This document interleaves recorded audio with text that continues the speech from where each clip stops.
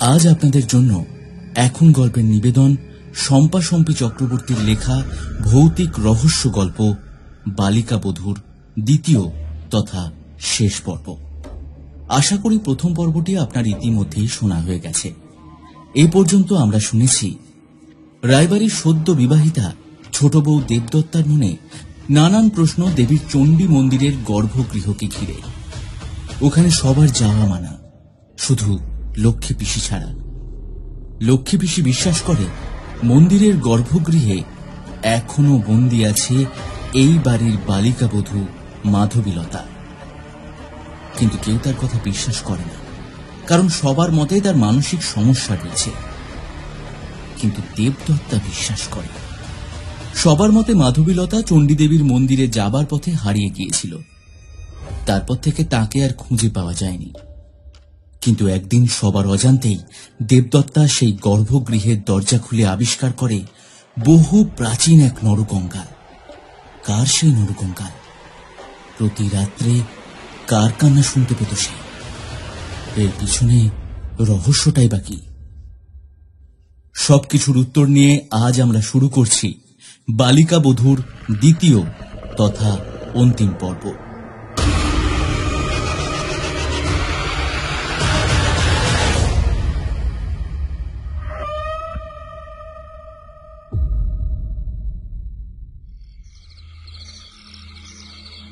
নাথ বউ, তুই আমার কথা শুনলি না? ভাবলি বয়স হয়েছে ওই বুড়ির, ওর কথা মূল্যহীন, তাই তো? চমকালো দেবদত্তা। কিছুক্ষণের জন্য তার বাক রুদ্ধ। ফ্যাল ফ্যাল করে বেশ কিছুটা সময় তাকিয়ে রইল ঠাকুমা শাশুড়ি চারুলতার দিকে। বিস্ময় মিশ্রিত কণ্ঠস্বরে বলে উঠল, ঠাম্মা, কার নরকঙ্কাল? চলে আয় নাথ বউ, চলে আয়, আমি বলছি চলে আয়। না না, আপনি বলুন, কে ও? কার নরকঙ্কাল এটা? এই ঘরে কেমন করে এলো? আপনি বলুন ঠাম্মা। না, বলবো না, কোনো দিনও বলবো না। আর এই মুহূর্তে তুই যদি এই ঘর ছেড়ে বের হয়ে না আসিস, তোরও এই অবস্থা হবে যা মাধবীলতার হয়েছিল। মাধবীলতা? তার মানে মাধবীলতা হারিয়ে যায়নি? লক্ষ্মী পিসি ঠিক বলেছিল, মাধবীলতাকে বন্দি করে রাখা হয়েছিল। কিন্তু কিন্তু এই যে মাধবীলতা, সেটা আপনি কি করে জানলেন ঠাম্মা? শুনেছি মাধবীলতা ছিলেন আপনার শ্বশুর মশাই, অর্থাৎ যিনি অগ্নিভূতের প্রপিতামহ ধরণীমোহন রায়, তার স্ত্রী। বালিকা বধূ অবস্থাতেই তিনি হারিয়ে গিয়েছিলেন এই চণ্ডী মন্দিরে আসার পথে এক বৃষ্টির রাতে। কিন্তু আপনার তো তার কথা জানার কথা নয়। মাধবীলতার অন্তর্ধান জানা সম্ভব, কিন্তু এই যে মাধবীলতা, সেটা আপনি কেমন করে নিশ্চিত হচ্ছেন? নাথ বউ, আমি সত্যনিষ্ঠ, মিথ্যাচার আমি কোনোদিন করিনি। এই পরিবারকে ঝড় ঝাপটা থেকে বাঁচিয়ে আসছি সেই 16 বছর বয়স থেকে। মাধবীলতাকে নিয়ে প্রশ্নের সম্মুখীন আমি অনেকবার হয়েছি, কিন্তু সেই প্রশ্নের উত্তর আমি কারোকে দিইনি, কারণ তা দেবার মতো নয়। তাই তোকেও দেব না। আর আবারও বলছি, এই মুহূর্তে তুই ঘর ছেড়ে বেরিয়ে না আসলে তোর পরিণতিও আমি এমনি করে ছাড়বো যা আমার শাশুড়ি মা দুর্গা সুন্দরী করেছিলেন তার সতীন মাধবীলতা। ও আচ্ছা, সত্যিটা তাহলে এই। তাহলে ঠাম্মা, কিসের ভয় আপনার? যে অন্যায় আপনি করেননি, সেই অন্যের অন্যায়ের বোঝা আপনি কেন বয়ে বেরিয়ে নিজেকে ঈশ্বরের কাছে অপরাধী করে তুলছেন? সর্বোপরি আপনি কি মনে করেন না এই পরিবারের সবাই সবটা জানে, শুধু চুপ করে থাকে আপনার ভয়? অথচ যে অন্যায় আপনি করেননি, সেই অন্যায়ের বোঝা আপনাকেই বয়ে বেড়াতে হচ্ছে বছরের পর বছর। কেন ঠাম্মা, কেন? নাথবো। বড় কাতর শোনালো চারুলতার কণ্ঠস্বর। ঘরের দরজার কাছে ক্লান্ত শরীরটা নিয়ে বসে পড়ল সে। দেবদত্তা ধীরে ধীরে এগিয়ে গেল চারুলতার কাছে। চারুলতার পায়ের কাছটাতে বসে শান্ত কণ্ঠস্বরে বলে উঠল, বলুন ঠাম্মা, আমি শুনছি। কিন্তু সে কথা বললে যে অঙ্গীকার ভঙ্গ হবে। জীবনের শেষ প্রান্তে এসে এক মৃত্যুপথ যাত্রীর কাছে অঙ্গীকারবদ্ধ হয়ে যে কথা দিয়েছিলাম তা ভঙ্গ করব, এ যে মহাপাপ। না ঠাম্মা, না। মহাপাপ এতদিন ধরে হয়ে আসছিল। মাধবীলতাকে বন্ধ ঘরের দরজার আড়ালে রেখে আপনি অন্যায় করে আসছেন বছরের পর বছর ধরে, সেটা ছিল মহাপাপ। আজ আপনি যদি সবটা ব্যক্ত করেন তবেই আপনার অন্যায় থেকে মুক্তি হবে, আর সেই সাথে মাধবীলতাও মুক্তি পাবে। নাথবো, তুই আমাকে দুর্বল করে দিচ্ছিস। কেমন করে বলি তার অন্যায়ের কথা, যার রক্ত বইছে এই পরিবারে? বলুন ঠাম্মা, বলুন। আজ না বললে আর কোনো দিনও আপনার বলা হবে না। জীবনের শেষ প্রান্তে এসে আজ এই নরকঙ্কালকে সাক্ষী রেখে বলুন। কথা দিচ্ছি, কেউ কোনোদিন জানবে না আপনার এই সত্য, যা আপনার শাশুড়ি মা দুর্গা সুন্দরী আপনাকে বলে গিয়েছিলেন। নাথবো, এ কথা বড় লজ্জার, এ কাহিনী বড় করুণ। একজন নারীর অপর নারীর প্রতি তীব্র ঈর্ষার কলঙ্কিত ইতিহাস। আর সেই ঈর্ষা ছিল আমার শাশুড়ি মা দুর্গা সুন্দরীর তার সতীন মাধবীলতার প্রতি। কিন্তু হ্যাঁ, এই পরিবার জানে মাধবীলতার অন্তর্ধান ঘটলে দুর্গা সুন্দরীকে বিয়ে করে এনেছিলেন ধরণীমোহন। না, তা মিথ্যা, আমার রচিত মিথ্যা। মাধবীলতা জীবিত থাকাকালীনই দুর্গা সুন্দরীর অপরূপ সৌন্দর্যে মুগ্ধ হয়ে বিয়ে করে এনেছিলেন ধরণীমোহন। দুর্গা সুন্দরী ছিলেন এক দুস্থ পরিবারের মেয়ে। প্রায় এক নিঃশ্বাসে কথাগুলো বলে একটা দীর্ঘশ্বাস ফেলল চারুলতা। তারপর বলুন ঠাম্মা। চারুলতা পুনরায় একটা দীর্ঘশ্বাস ফেলে যা বললেন তা খানিকটা এরকম। দুর্গা সুন্দরীকে বিয়ে করে আনার 3 বছর আগে মাত্র 10 বছর বয়সের বালিকা মাধবীলতাকে এক জমিদার পরিবার থেকে বিয়ে করে এনেছিলেন চারুলতার শ্বশুরমশাই ধরণীমোহন। অবশ্য এই বিয়েতে তিনি যে খুব একটা রাজি ছিলেন তা কিন্তু নয়, কারণ 25 বছরের ধরণীমোহনের চাইতে মাধবীলতা বয়সে নিতান্তই বালিকা।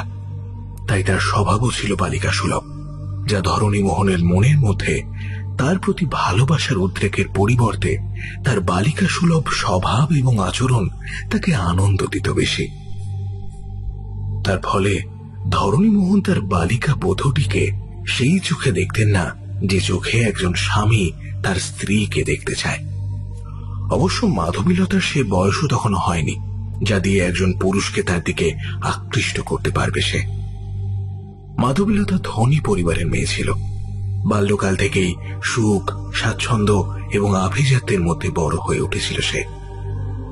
বিয়ের পরেও তার সেই সুখ স্বাচ্ছন্দ্য সেই রূপেই বজায় রইল, তার শাশুড়ি মা ননীবালা দেবীর স্নেহ এবং ভালোবাসার মধ্যে দিয়ে।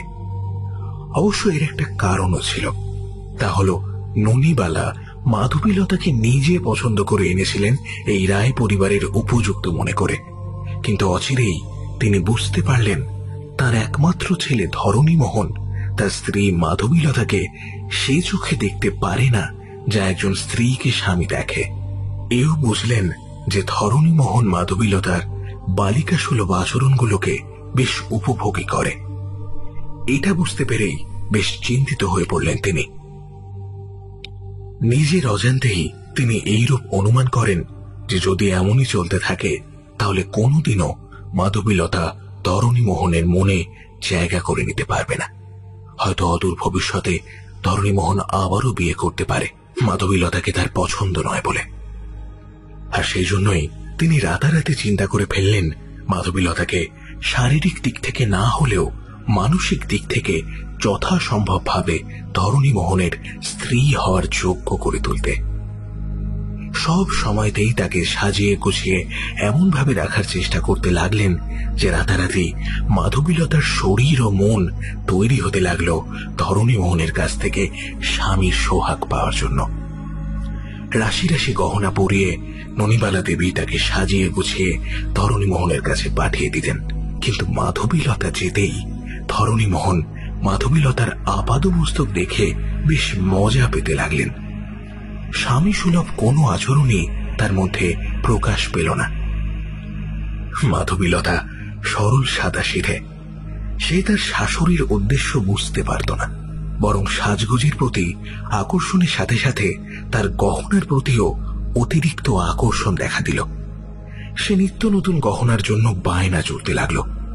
ধরণীমোহনও তার বালিকা বধূটিকে খুশি করতে গিয়ে শ্যাকরাকে ডেকে নানান ধরনের গহনা আনাতে লাগলেন।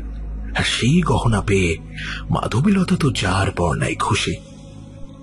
স্বামী সোহাগ বা স্বামী শব্দটি তার জীবনে কতখানি জায়গা জুড়ে অবস্থান করতে পারে বা পারত, তাতে তার মনে কোনো প্রভাবই ফেলল না, বরং নিজেকে সে ডুবিয়ে রাখল নানান অলংকারের মধ্যে।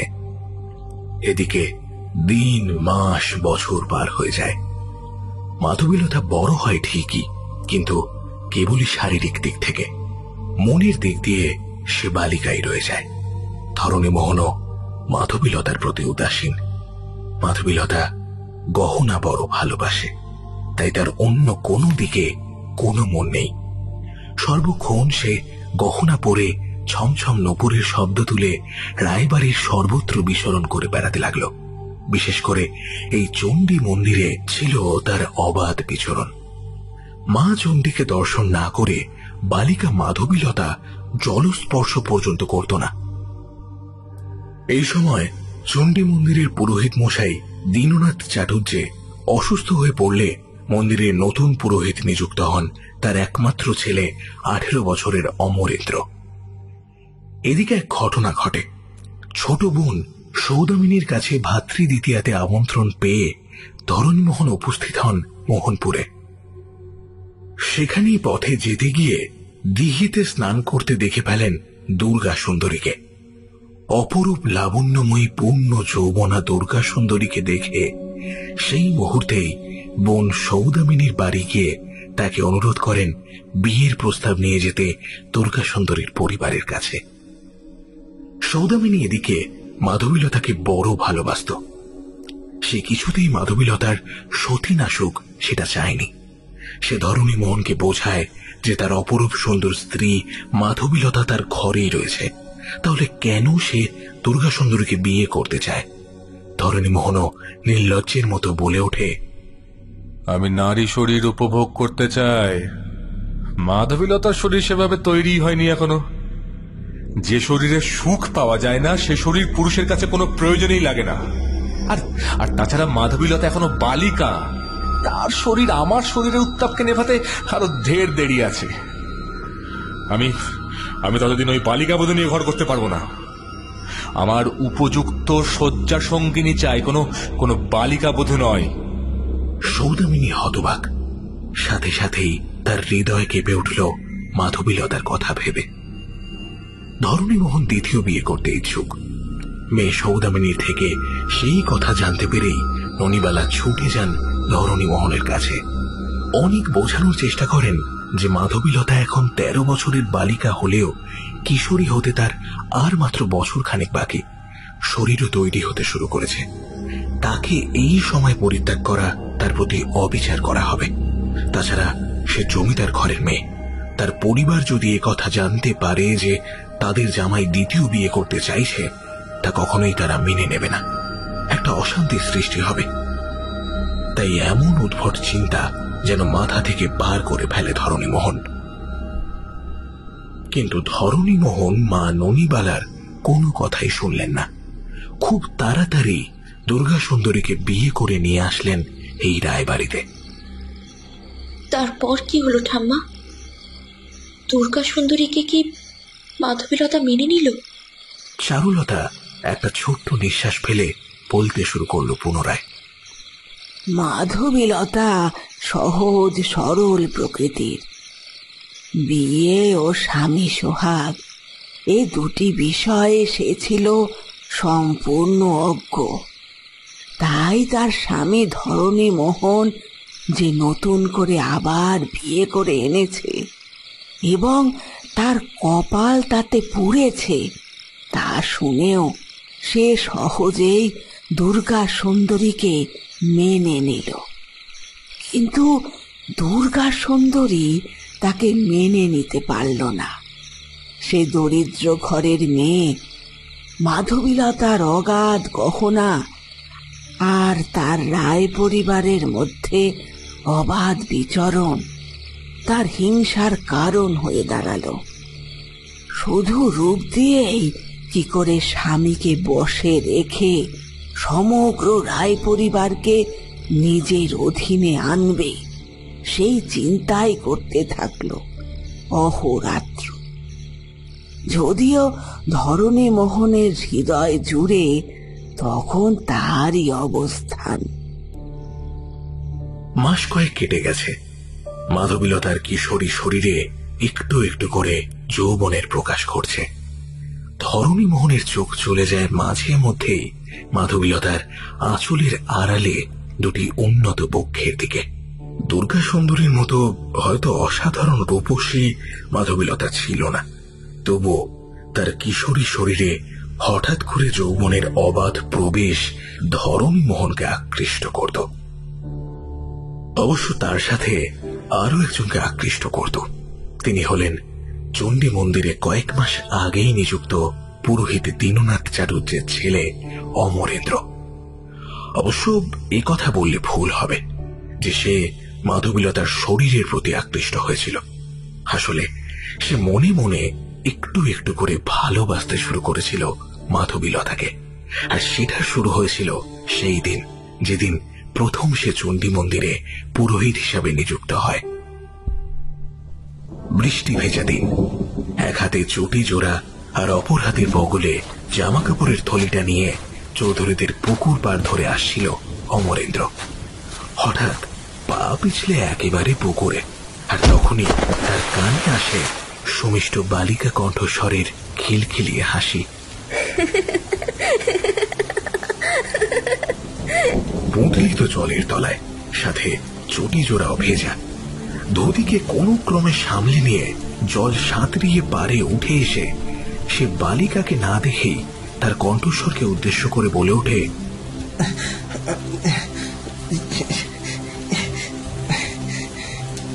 কারোর বিপদে যে হেসে আনন্দ পায় সে কখনো ভালো মানুষ নয়। বালিকা গাছের আড়ালে ছিল।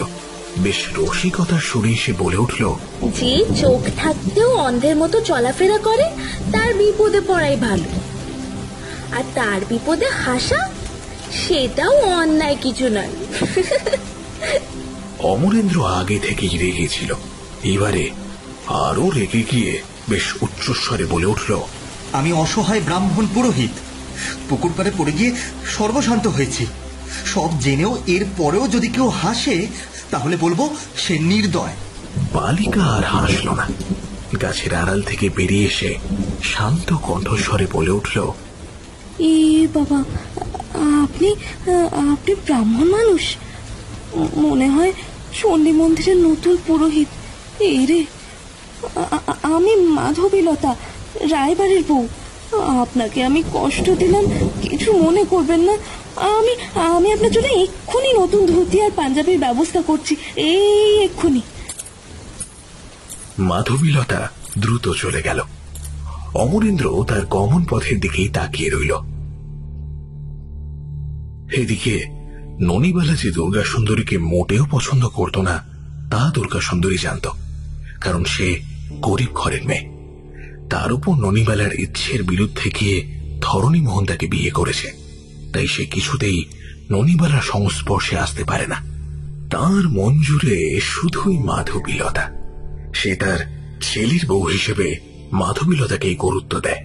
তা সে চণ্ডী মন্দিরের প্রধান আরতির সময় প্রদীপ হাতে তুলে দেওয়া কিংবা পরিবারের যে কোনো মঙ্গল অনুষ্ঠানের সময় বরণডালা হাতে তুলে দেওয়া। দুর্গা সুন্দরী আগ বাড়িয়ে গেলেও ননিবালা তখনই বেশ ঝাঁঝের সাথেই তাকে বলে ওঠে, এসব বরণডালা বা মঙ্গল প্রদীপ চালানো পরিবারের প্রথম বউয়ের কাজ। পরবর্তী কোনো বউ এই কাজে হাত দিতে পারবে না। আর হ্যাঁ, রায় পরিবারের এটাই রীতি। দুর্গা সুন্দরী অপমানিত হয়। প্রতিশোধ স্পৃহা তার উত্তরোত্তর বাড়তে লাগলো। আর তা এমনই যে মাধবীলতাকে নিজে হাতে খুন করে দিতেও তার এতটুকু হাত কাঁপবে না। নিয়ম করে গাছের ফুল তুলে তা চণ্ডী মন্দিরে দিয়ে নিজের ঘরে ফিরে আসা, এই ছিল মাধবীলতার নিত্য নৈমিত্তিক কাজ। অমরেন্দ্র প্রথম দিকে মাধবীলতাকে দেখেই যেত দু চোখ ভরে, কিন্তু মুখ ফুটে বলা সেটা আর হতো না যে, মাধবীলতা, আমি আমি তোমাকে ভালোবাসি।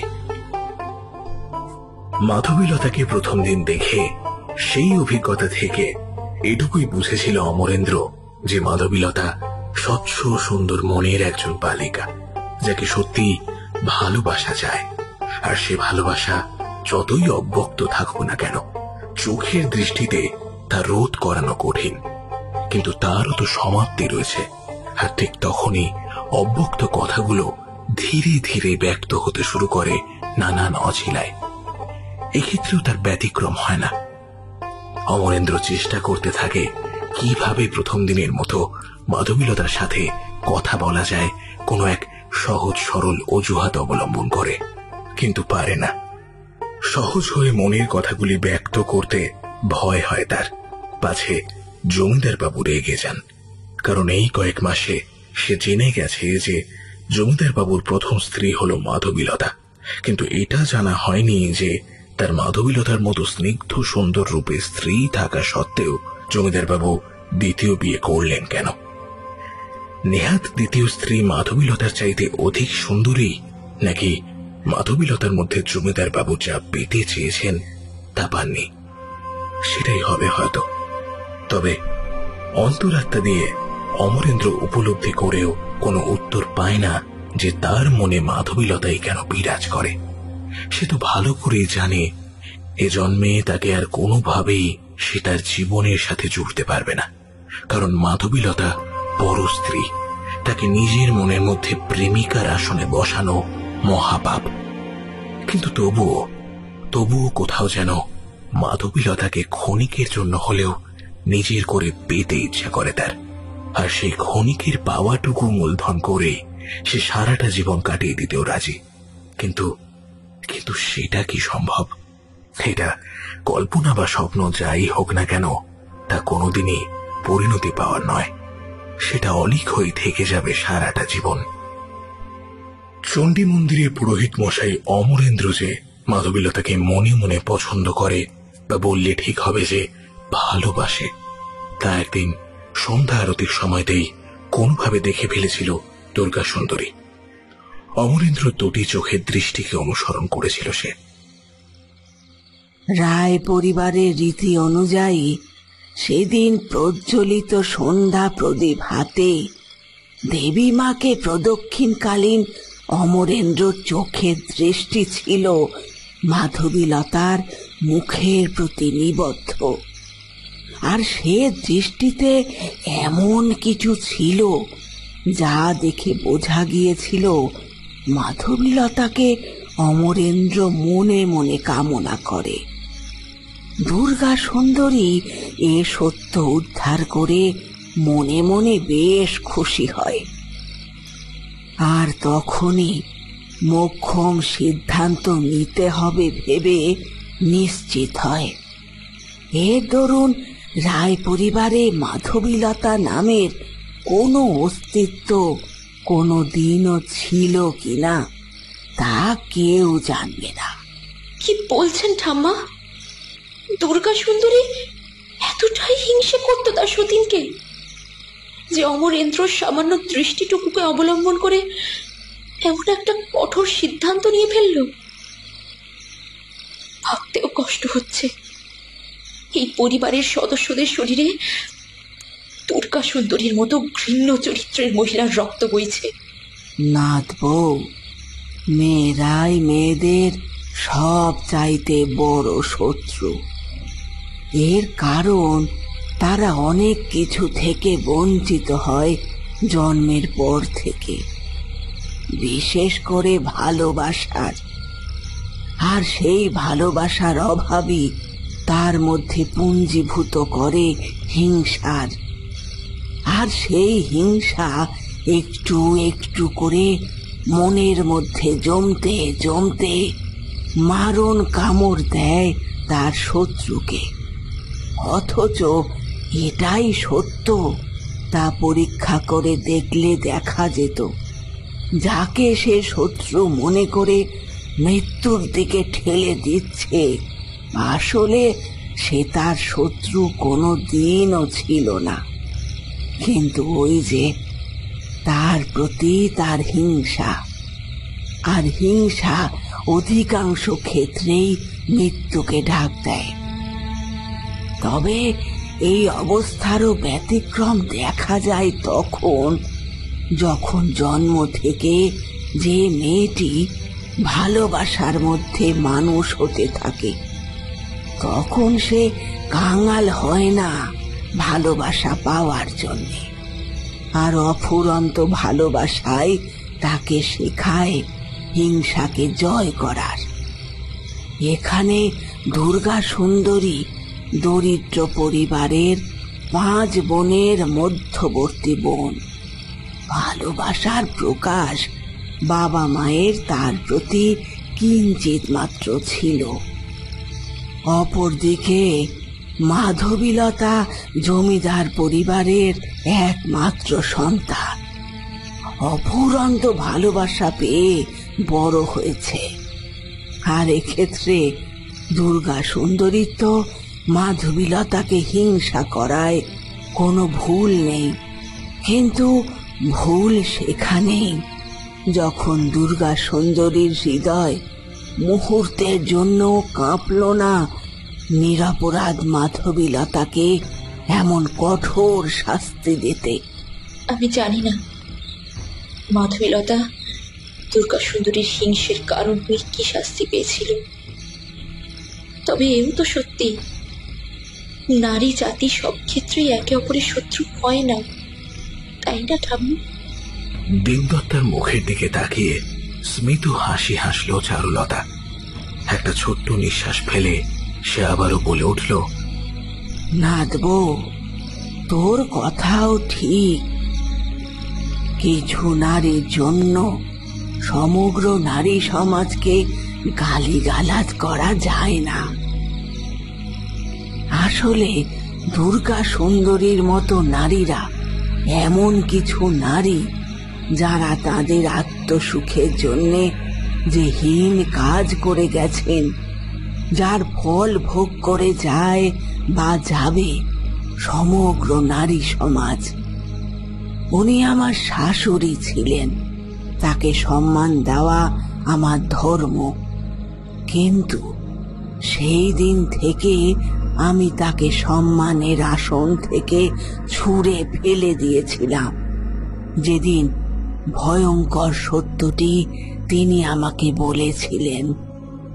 মৃতপ্রায় শাশুড়ি মা দুর্গা সুন্দরী সেদিন আমার হাত দুটি ধরে কাতর কণ্ঠস্বরে বলেছিলেন,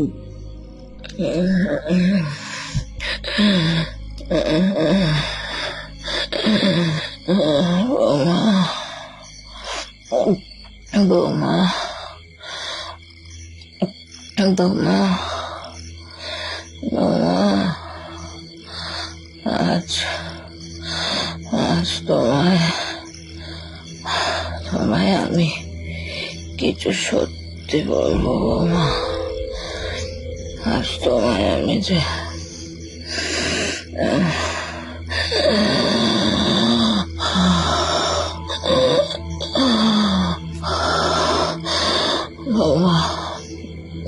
শোনো, আজ তোমায় আমি যে সত্যি বলতে যাচ্ছি তাই রায় পরিবারে কারোর কাছে তুমি কারোর কাছে বলো না বৌমা, কারণ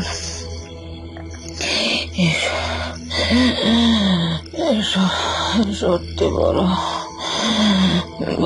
ভয়ানক। সত্যি শোনার পর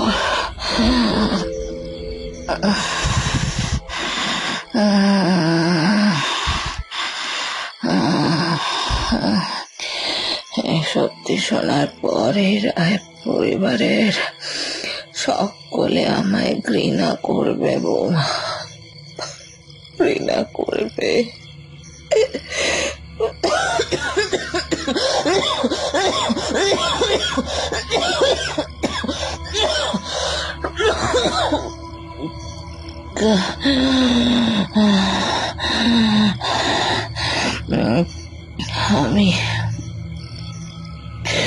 আমি আমার পরিবার কাছে, আমার সন্তানদের কাছে ঘৃণার পাত্রী হয়ে উঠতে চাই না বৌমা। আমাকে তুমি দয়া করো।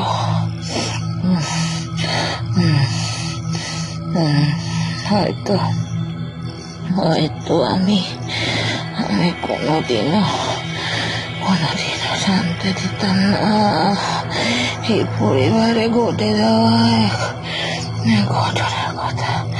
ঘটনার কথা আমি কোনোদিনও জানতে দিতাম না, কিন্তু আমার অন্তরাত্মা আমায় বাধ্য করছে বৌমা সত্যটা প্রকাশ করতে। তোমার মতো কারোর কাছে আমার এই সত্যটা জানিয়ে যেতে,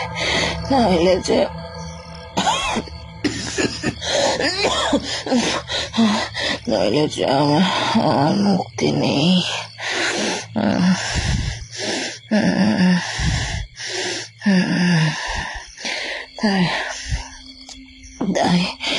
তাই সে সত্য তোমাকে বলে যেতে চাইছি। সব শুনে পারলে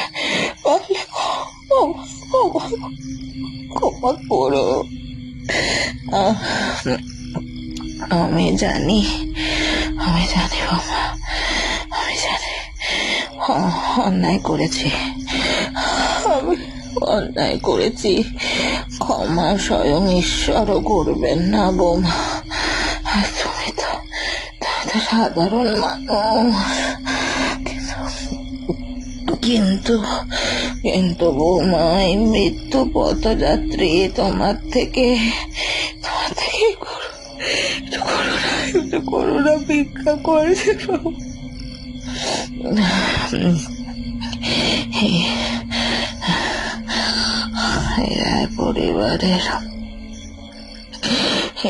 পরিবারকে বাঁচিয়ে রাখতে গেলে তোমার আমার সব কথা শুনে নীরবে থাকতে হবে বৌমা। চুপ করে নীরবে থাকতে হবে। শাশুড়ি মায়ের সেদিনের আকুল আকুতি ভরা দুটি চোখের দৃষ্টি আমাকে বাধ্য করেছিল সত্যটা জেনেও নীরব থেকে যেতে, আর তা এই পরিবারকে বাঁচাতে। কারণ দুর্গা সুন্দরীর বলে যাওয়া কঠোর সত্য যদি কোনোভাবে রায় পরিবার জানতে পারত, তাহলে এই পরিবার ধ্বংস হয়ে যেত। তাই কঠোর সত্যটা জানা সত্ত্বেও চুপ থেকে গিয়েছিলাম, যদিও বুকের ভেতরটা দুর্গা সুন্দরীর প্রতি ঘৃণায় মোচড় দিয়ে উঠেছিল। তবুও কথার খেলাপ করিনি কোনো দিনও, কিন্তু করতে হলো তোর প্রশ্নের উত্তর দিতে গিয়ে আজ। যেমন একদিন লক্ষ্মীর প্রশ্নের উত্তর দিতে গিয়ে, সেদিনও ওর মুখোমুখি দাঁড়াতে হয়েছিল আমাকে। অর্থাৎ লক্ষ্মী পিসি সত্যি সবটা জানতো, আর আপনি ইচ্ছে করে ওকে পাগল সাজিয়ে রাখলেন এত বছর ধরে, তাও কিনা ওই দুর্গা সুন্দরীর কথা রাখতে কি। সত্যি ঠাম্মা, এ যে কত বড় অন্যায় আপনি করে এসেছেন তা ভাবনারও অতীত। ঠিকই বলেছিস, কিন্তু এছাড়া তো সেদিন আমার কোনো উপায় ছিল না। তোরই মতন কৌতূহল নিয়ে এই ঘরে দরজার তালা ভেঙে ফেলেছিল লক্ষ্মী। দেখেছিল নরকঙ্কাল, ভয় চিৎকার করে উঠেছিল। কেউ বাড়ি ছিল না, কোনো এক উৎসবে গিয়েছিল। আমি একা ছুটে এসেছিলাম। তোর মতোই একের পর এক প্রশ্ন ও আমাকে করে গিয়েছিল, উত্তর দিয়েছিলাম বাধ্য হয়ে। ফলস্বরূপ ভয়টা মনে আমার থেকেই গিয়েছিল। ও যদি সকলের কাছে প্রকাশ করে দেয় মাধবীলতার ইতিহাস, তাহলে না, আর কিছু মনে এলো না। রাতারাতি ওকে মানসিক রোগীদের হাসপাতালে পাঠানোর ব্যবস্থা করলাম। যদিও জানতাম ও পুরোপুরি সুস্থ, কিন্তু এই পরিবারকে রক্ষা করতে গেলে এটুকু যে আমাকে করতেই হতো, তাই করলাম। তবে লাভ হলো না। কয়েক মাসের মধ্যেই ও বাড়ি এলো। অদ্ভুত একটা ব্যাপার লক্ষ্য করলাম। লক্ষ্মী শান্ত হয়ে গেছে, শুধু একটা কথাই বারবার বলে যাচ্ছিল, ও মামা, ও মাধবীলতাকে মুক্ত করে দাও না মা, মুক্ত করে দাও। ও মা, ও যে খুব কষ্টে আছে মা, ও যে অন্ধকারকে খুব ভয় পায় মা, খুব ভয় পায়। ওকে ছেড়ে দাও না মা, ওকে ছেড়ে দাও। ও মা, মাধবীলতাকে ছেড়ে দাও না মা। ও মা, ও মা ছেড়ে দাও না মা, মাধবীলতাকে ছেড়ে দাও। ও মা। বুঝলাম আমার সুস্থ লক্ষ্মী হাসপাতাল থেকে ঘুরে এসে সুস্থতা কিঞ্চিত হারিয়েছে। আগে ওকে অনুনয় বিনয় করে থামানো যেত, এখন তা সম্ভব নয়। একটাই মাত্র উপায়, ও যা চায় তাই হোক। ও চায় প্রতি রাতে মাধবীলতার ঘরে প্রদীপ জ্বালিয়ে রেখে আসবে ও নিজ হাতে। রাজি হলাম। সকলের কৌতূহল মেটাতে বলে দিলাম, মা চণ্ডীর নির্দেশ, প্রতি রাতে মন্দিরের গর্ভগৃহে গিয়ে প্রদীপ জ্বালিয়ে রেখে আসে লক্ষ্মী। স্বয়ং মা চণ্ডী লক্ষ্মীকে স্বপ্নাদেশ দিয়েছেন। আমার পরিবার আমাকে বিশ্বাস করে সর্বক্ষেত্রে, এক্ষেত্রেও বিশ্বাস করল। আর লক্ষ্মী যাতে কোনোভাবে প্রকাশ করতে না পারে, তার জন্যে ওকে পাগল পরিচয়ে পরিচিত করতে লাগলাম। বলে দিলাম, ও যা বলে তাও রলি কল্পনা। আর মাধবীলতাও হারিয়ে গেল, আর তার সাথে সাথে দুর্গা সুন্দরীও। নবপ্রজন্মের কেউ কোনো দিন জানল না এ পরিবারের কলঙ্কিত ইতিহাস। কথাগুলো প্রায় এক নিঃশ্বাসে বলে চলল চারুলতা। কিন্তু যে সত্য লক্ষ্মী পিসি জেনেছিল তা তো আমার এখনো জানা হলো না ঠাম্মা। আপনি আমাকে বলুন, মাধবীলতা এ ঘরে কেমন করে আবদ্ধ হলো? চারুলতা নিজের আঁচল দিয়ে চোখ মুছে যা বললেন তাই। মাধবীলতাকে তীব্র হিংসা করত দুর্গা সুন্দরী, আর সেই হিংসার বশবর্তী হয়ে তার শাশুড়ি মা ননিবালাকে গোপনে অমরেন্দ্র আর মাধবীলতার কথাটা জানাতে গেলে ননিবালা তিক্ত ভাষায় গালিগালাজ করে, তাকে ঘর ছেড়ে চলে যেতে বলেন।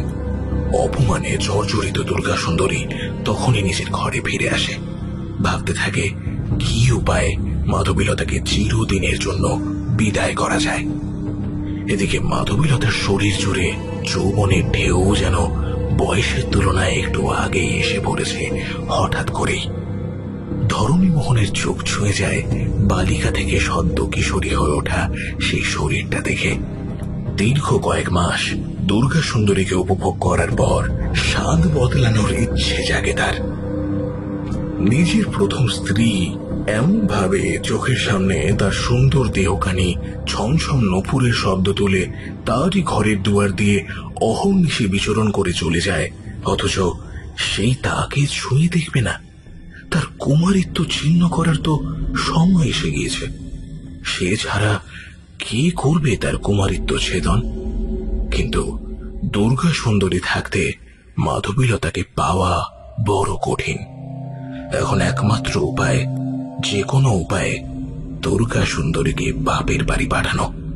সুযোগ, সুযোগ, হ্যাঁ, সেটা এসেও গেল সহজেই।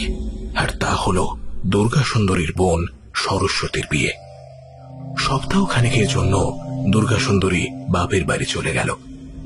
আর তার এই বাপের বাড়ি যাওয়া শুধু যে ধরণী মোহনকে আনন্দিত করেছিল তাই নয়, সাথে ননিবালাকেও। কারণ তারও যে একটাই স্বপ্ন, মাধবীলতার গর্ভেই এই রায় পরিবারের প্রথম সন্তান জন্মগ্রহণ করবে, দুর্গা সুন্দরী নয়। তাই তিনিও রাতারাতি দুর্গা সুন্দরী চলে যেতেই অপরূপ সাজে সাজিয়ে মাধবীলতাকে পাঠিয়ে দিল ছেলে ধরণী মোহনের ঘরে। ফুল দিয়ে নিজে হাতেই সাজিয়ে দিলেন বৃদ্ধা ছেলে বউয়ের বাসর ঘর। আনন্দ যে তার আর ধরে না। ছেলে বউকে ঘরে ঢুকিয়ে দিয়ে বাইরে থেকে দরজা বন্ধ করে দরজার কাছটাতেই বসে রইলেন সারা রাত ধরে, ভয়ে যদি দুর্গা সুন্দরী এসে এমন মধুরাত বিঘ্ন ঘটিয়ে দেয়। সকাল হতেই দরজা খুলে বেরিয়ে গিয়েছিল ধরণী মোহন। ননিবালা ছেলের মুখের দিকে তাকিয়ে সুখ লাভ করেছিলেন, কারণ ধরণী মোহনের মুখের পরতে পরতে ছিল পরম তৃপ্তি লাভের পূর্ণ আভাস। মা হয়ে সন্তানের এমন সুখিত আশা করে আসছেন তিনি। অপরদিকে আরেকজন সে বালিকা মাধবীলতা, যে সদ্য কুমারিত্ব হারিয়ে নারীত্ব লাভ করেছিল নিদারুণ যন্ত্রণার মধ্যে দিয়ে এক রাত্রেই।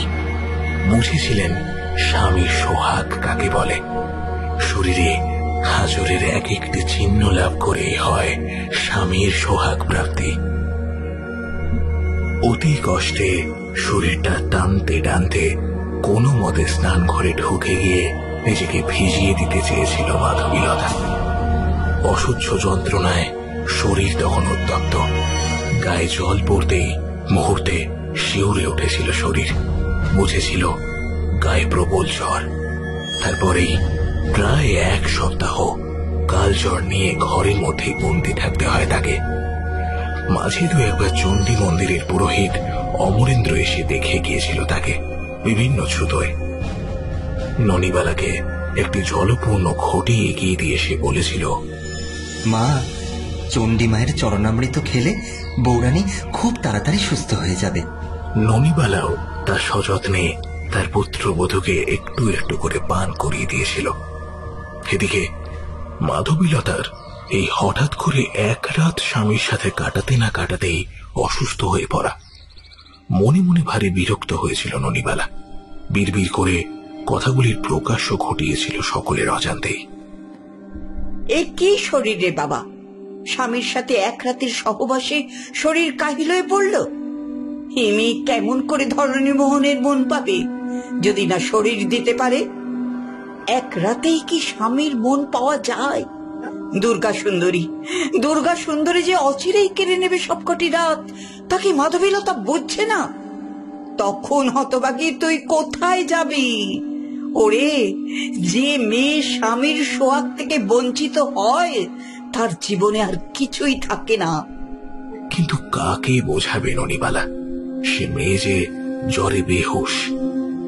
সময়ের সাথে সাথেই মাধবীলতা সুস্থ হলো শরীরের দিক দিয়ে, কিন্তু মনের দিক দিয়ে নয়। তার কিছুতেই বোধগম্য হলো না বাসর রাত কেন এত যন্ত্রণার হলো তার। কেন একজন পুরুষ মানুষ এতটা হিংস্র হয়ে উঠল তার শরীরটুকু পাওয়ার জন্য? কেন তার সর্বাঙ্গ ক্ষত বিক্ষত হলো ওই পুরুষটির অত্যাচারে? বালিকা বলে কি সে কিচ্ছু বুঝল না? হয়তো তাই, কিন্তু বালিকা হলেও এটুকু তো সে বুঝতে পেরেছে যে পুরুষের সোহাগ কেমনতর হয়। মেয়েদের শরীরটা বড় প্রয়োজন তাদের কাছে সোহাগের জন্য। ভালোবাসা সেখানে গৌণ।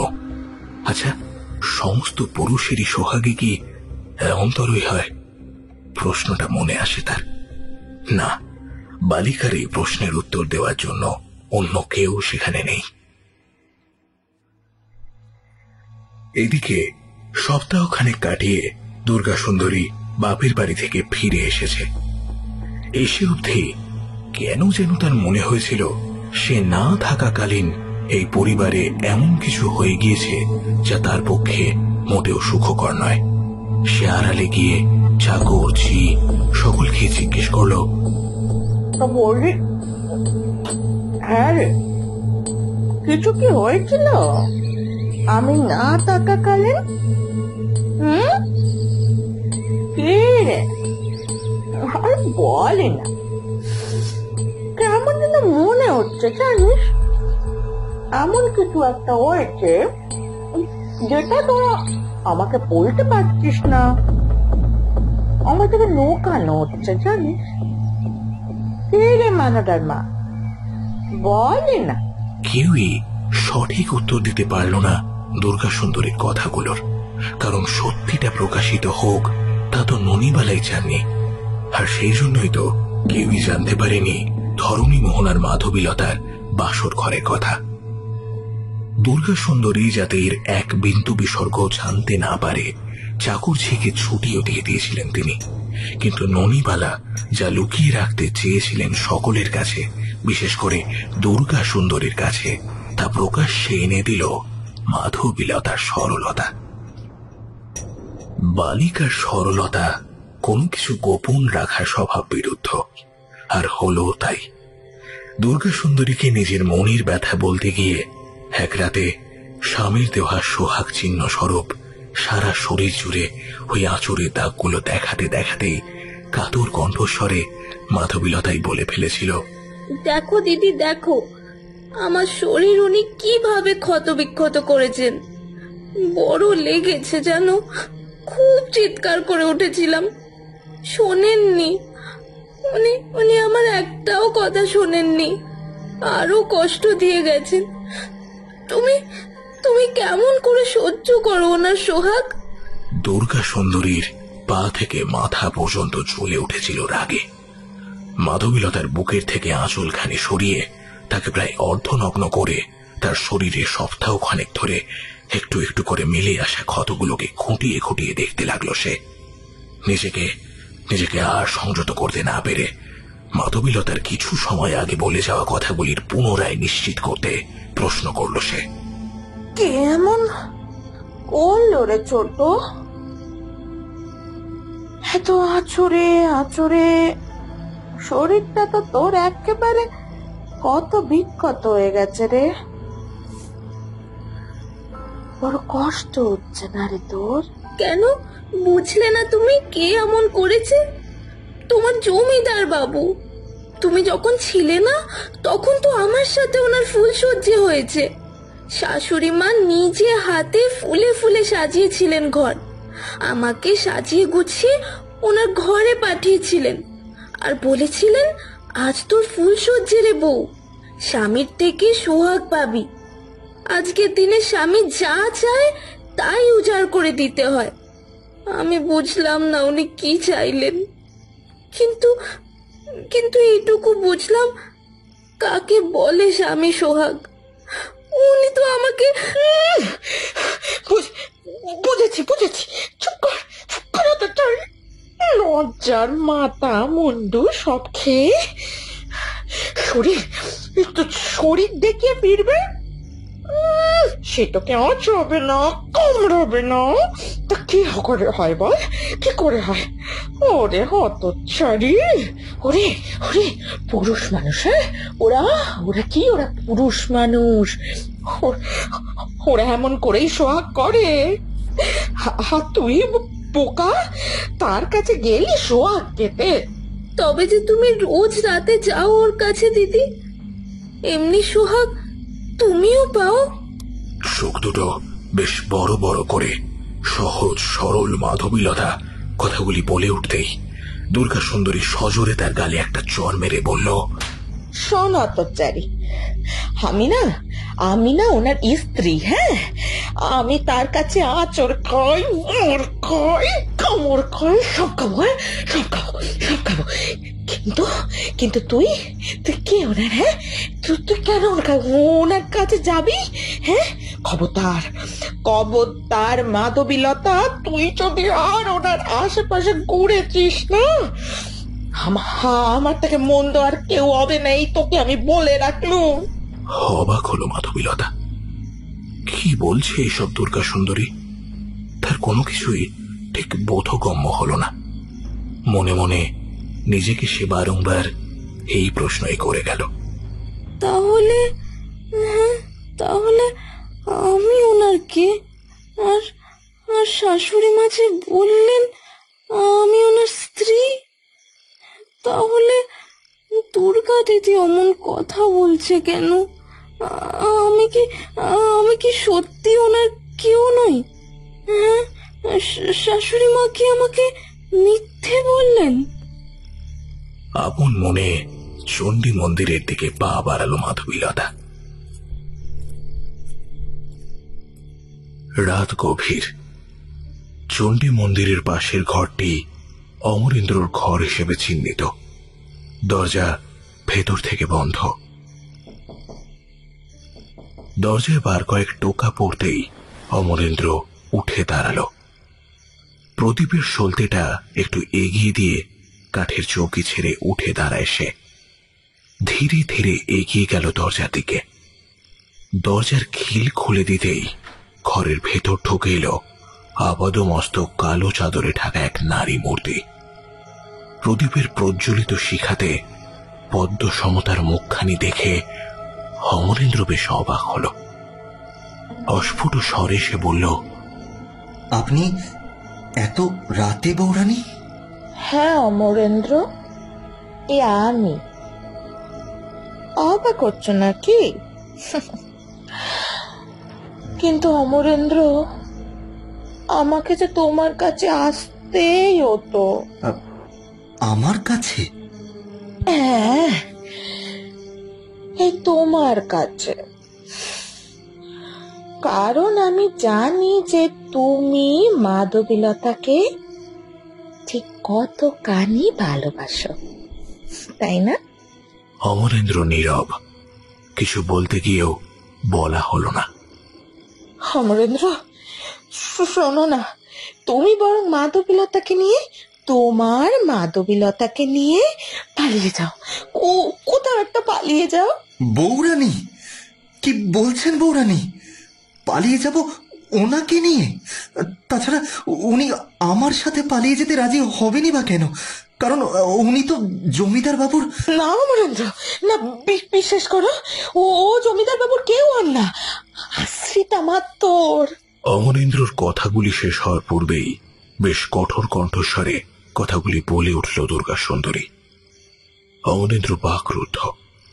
দুর্গা সুন্দরীর কাছ থেকে এমন অদ্ভুতভাবে কথা শুনবে তা তার ভাবনারও বাইরে। বিস্ময়ের সাথে সে বলে উঠল, আপনি কি কথা বলছেন বৌরানী?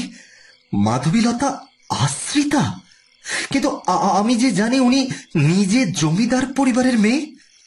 সর্বোপরি উনি ধরণীমোহন রায়ের প্রথমা স্ত্রী। মাত্র 10 বছর বয়সে ধরণীমোহন রায়ের সাথে বিয়ে হয়েছিল ওনার। এই সবই কি মিথ্যা? দেখো অমরেন্দ্র, তোমায় কিছু সত্যি কথা বলি।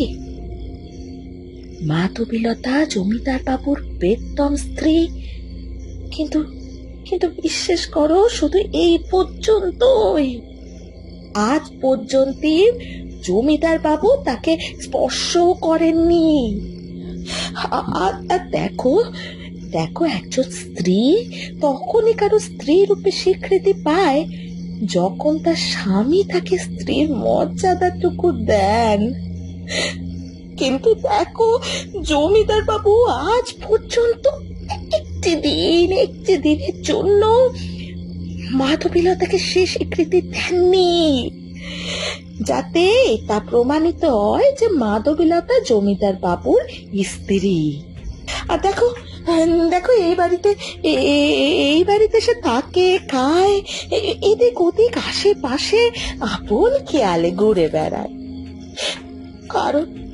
কারণ বড্ড ছোট তো। কি বলি বলো তোমায়? দেখো, রায় পরিবারের কোনো বিষয় তার কোনো অধিকারটুকু নেই। তাই তার এই পরিবারের পরিচয় কেবল আশ্রিতা ছাড়া আর কিচ্ছু নয়। আমি জমিদার বাবুর একমাত্র স্ত্রী। তাহলে সেদিন যে ওনার শরীর খারাপ হলো, ওনার ওপর জমিদার বাবুর...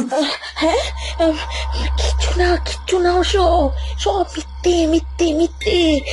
শোনো, দিনের পর দিন ওকে অত্যাচার করা হয়। তাহলে মাধবীলতা কেন এই পরিবারে রয়েছেন? এতে তো ওনার মর্যাদা হানি হচ্ছে। উনি বাপের বাড়ি চলে যান না কেন? অমরেন্দ্রর এই প্রশ্নে বক্র হাসি হাসল দুর্গা সুন্দরী। বলল, একদম সঠিক কথাটাই বলেছ অমরেন্দ্র, একদম সঠিক কথাটাই বলেছ তুমি। বিশ্বাস করো, ওকে আমি আমার ছোট বোনটির মতো দেখি গো। দেখো, ওর মর্যাদা আনি আমার সহ্য হচ্ছে না। কি বলি তোমায়? দেখো, কথায় শাশুড়ি মায়ের গঞ্জনা ওকে সহ্য করতে হয় হয়তো।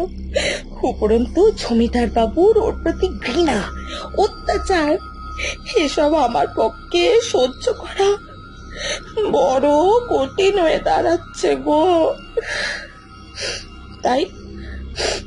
তাই সিদ্ধান্ত নিয়েছি, মাধবীলতার জীবনকে একটু সুন্দর করে যদি করে দিতে পারতুম, সে দায়িত্ব তো দিদি হিসেবে আমাকেই নিতে হবে বলো।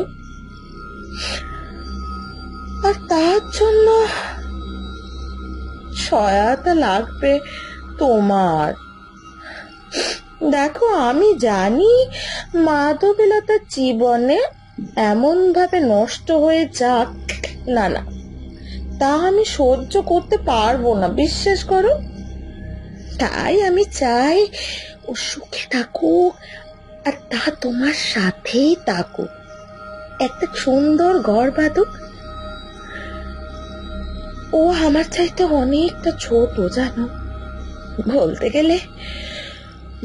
গেলে ও আমার ছোট্ট বোনটির মতো হয়। তাই বড় দিদি হয়ে ওর এরূপ কষ্ট দিনের পর দিন দেখা আমার পক্ষে সম্ভব নয় গো। আর আমি জানি ওর কষ্ট থেকে মুক্তি তুমি দিতে পারো ওকে। অমরেন্দ্র, শোনো, তুমি ওকে নিজের করে নাও। অমরেন্দ্র, আমার কথাটা ফেলো না, তুমি ওকে নিজের করে নাও। তার জন্য জমিদার বাবুর থেকে ওকে তোমাকে নিয়ে অনেক দূরে চলে যেতে হবে। তারপর তোমরা ঘর বেঁধো, সুখে শান্তিতে তোমাদের জীবনটা কাটিও, কেমন? চিন্তা নেই, আমি তোমাদের পালিয়ে যেতে সাহায্য করব।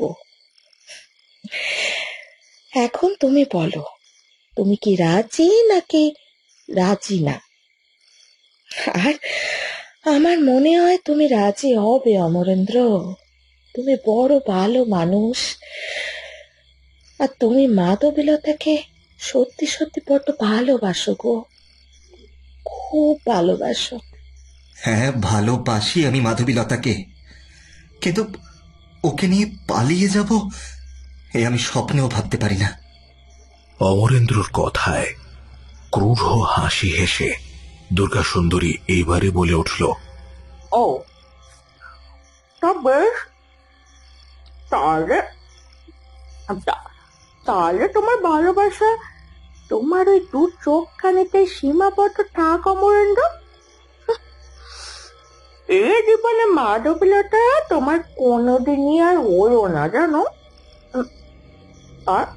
আর যদি বলো মাধবীলতা সুখ পাবে কোনো না কোনো একদিন, সম্পূর্ণ ভুল ভুল গো। দেখো জমিদার বাবু ওকে পছন্দই করেন না, আর ভালোবাসা আসালে অমরেন্দ্র, আসালে ভালোবাসা তো অনেক দূর, অনেক দূর। ভালোবাসা দ্বারা সুখ কোথায়? আর মাধবীলতার কথা যদি বলো, ও এখন বালিকা, আর বালিকা থেকে কিশোরী হচ্ছে। নিজের ভালো মন্দ এখন কিছুই বোঝে না, কিন্তু আর কিছু বছর পর ও যখন বড় হবে, তখন জমিদার পরিবারে ওর অবস্থান সম্পর্কে সম্যক ধারণা জন্মাবে। তখন কি আর নিজেকে ঠিক রাখতে পারবে?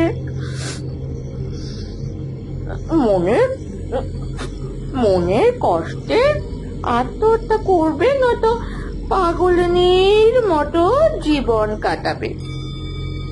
আর সেই যদি তোমার কাম্য হয়, তবে তাইও। তোমার ভালোবাসা তোমার মধ্যেই থাক। মাধবীলতা কোনোদিনও জানা হবে না তুমি কতটা ভালোবাসতে তাকে অমরেন্দ্র। তুমি তোমার মতো থাকো, আর এই মাধবীলতা তার মতোই থাকো। আপনি এসব কি বলছেন বৌরানী? আপনি কি বুঝতে পারছেন না যে আমি চাইলেও মাধবীলতা কি পালিয়ে যেতে রাজি হবে আমার সাথে? সে তো কোনোদিনও আমাকে সে চোখে দেখেনি, যে চোখে একজন প্রেমিকা একজন প্রেমিককে দেখে। অবশ্য মাধবীলতার সে বয়সও এখনো হয়নি। তবু ক্ষণিকের জন্য তার চোখের দৃষ্টি আমার প্রতি পড়েনি। আর পালিয়ে যাওয়া সে তো অনেক দূরের কথা। দেখো অমরেন্দ্র, তুমি যদি রাজি থাকো, আমি তাহলে তোমার কথা দিচ্ছি যে মাধবীলতা তোমারই হবে। তোমার সাথে পালিয়ে যেত ও কোনো দ্বিধাবোধ করবি না। দেখো, একটু ভালোবাসা পাওয়ার জন্য তোমার হাতও ধরবে। চিন্তা করো না, আগামীকালই পূর্ণিমা, এমনই গভীর রাতে আমি আসবো, সাথে থাকবে মাধবীলতা। তুমি প্রস্তুত থেকো অমরেন্দ্র। মাধবীলতাকে এগিয়ে দিয়ে দাঁড়িয়ে থাকবো কিছুটা দূরে। তুমি মাধবীলতার কাছে যেও, মাধবীলতাকে একটু কাছে টেনে নিও, ওকে বলো তোমার এই মনের কথা। তারপর দুজনে ভোর হওয়ার আগে কিন্তু চলে যেও বাপু। সুখে জীবন কাটিও দুজনে, কেমন? এই আশীর্বাদ করলু, আর আমার আশীর্বাদ সব সময় তোমাদের সাথে থাকবে। অমরেন্দ্র নীরব। তার দু চোখ জুড়ে তখন 13 বছরের কিশোরী মাধবীলতার স্নিগ্ধ সুন্দর মুখখানি। মনে পড়ে গেল কয়েক মাস আগে যেদিন প্রথম দেখেছিল মাধবীলতাকে। সেই অনিন্দ্য সুন্দর কিশোরীর দুটি চপল চোখে দৃষ্টিকে কখন যে প্রথম দিন থেকে একটু একটু করে ভালোবেসে ফেলেছিল কে জানে। মনে মনে সে দুর্গা সুন্দরীকে প্রণাম জানায়। তার ভালোবাসাকে বাস্তবে রূপদান দিতে যে রমণী এত রাতে লোক লজ্জাকে উপেক্ষা করে আসতে পারে, তাকে প্রণাম না করে কি পারা যায়? এরপর দুর্গা সুন্দরী যেভাবে সরীসৃপের ন্যায় এসেছিল সেভাবেই চলে যায়। যাবার সময় মুহূর্ত খানেক অমরেন্দ্রর মুখের দিকে তাকিয়ে থেকেছিল মাত্র। পুনরায় ঠোঁটের প্রান্তে সেই বক্র হাসি ফুটে উঠেছিল তার। ভালোবাসা না, খুব ভালোবাসা। অমরেন্দ্র, তোমার ভালোবাসার কি মূল্য দিতে হয় মাধবীলতাকে, তাই এখন দেখার। জমিদার ধরণীমোহন রায়ের সোহাগ পেতে চেয়েছিল মাধবীলতা, তাই না? ওকে চিরকালের মতো স্তব্ধ করে দেওয়ার সময় তো এসে গেছে। অপেক্ষা করো অমরেন্দ্র, অপেক্ষা করো। পরিবারের পুরনো শ্যাকরা ধনঞ্জয়কে দিয়ে ননিবালা দেবী সাধ করে হীরের একটি নেকলেস করালেন। ইচ্ছে মাধবীলতাকে তা দেন, যদিও তিনি জানেন মাধবীলতার গহনার কোনো অভাব নেই। বাপের বাড়িতে বটেই, শ্বশুর বাড়ি থেকেও যখন তখন পছন্দ মতন গহনা সে পায়, কিন্তু ননিবালার তাতেও স্বাদ মেটে না। ইচ্ছে হয় ভরি ভরি গহনা পরিয়ে তার আদরিনী পুত্রবধূটিকে সব সময় সাজিয়ে রাখতে। তাই বলা যায়, দামি হিরে বসানো নেকলেসটা গড়িয়ে তা যতক্ষণ না মাধবীলতাকে পরাতে পারছেন তার যেন তর সইছিল না। কিন্তু কোথায় যে বউটা, তন্ন তন্ন করে খুঁজে ফেরেন। অগত্যা কি মনে হলো, দুর্গা সুন্দরীর ঘরের দরজার কাছে গিয়ে বন্ধ দরজায় দুবার আঘাত করলেন তিনি। দরজা খুলে যেতেই দেখলেন দুর্গা সুন্দরীকে। জিজ্ঞাসা করে উঠলেন, বৌমাকে দেখেছ? সকাল থেকে দেখতে পাচ্ছি না, তোমার কাছে কি এসেছিল? দুর্গা সুন্দরী বেশ অবাক হল শাশুড়ি মা ননিবালার এই প্রশ্নে।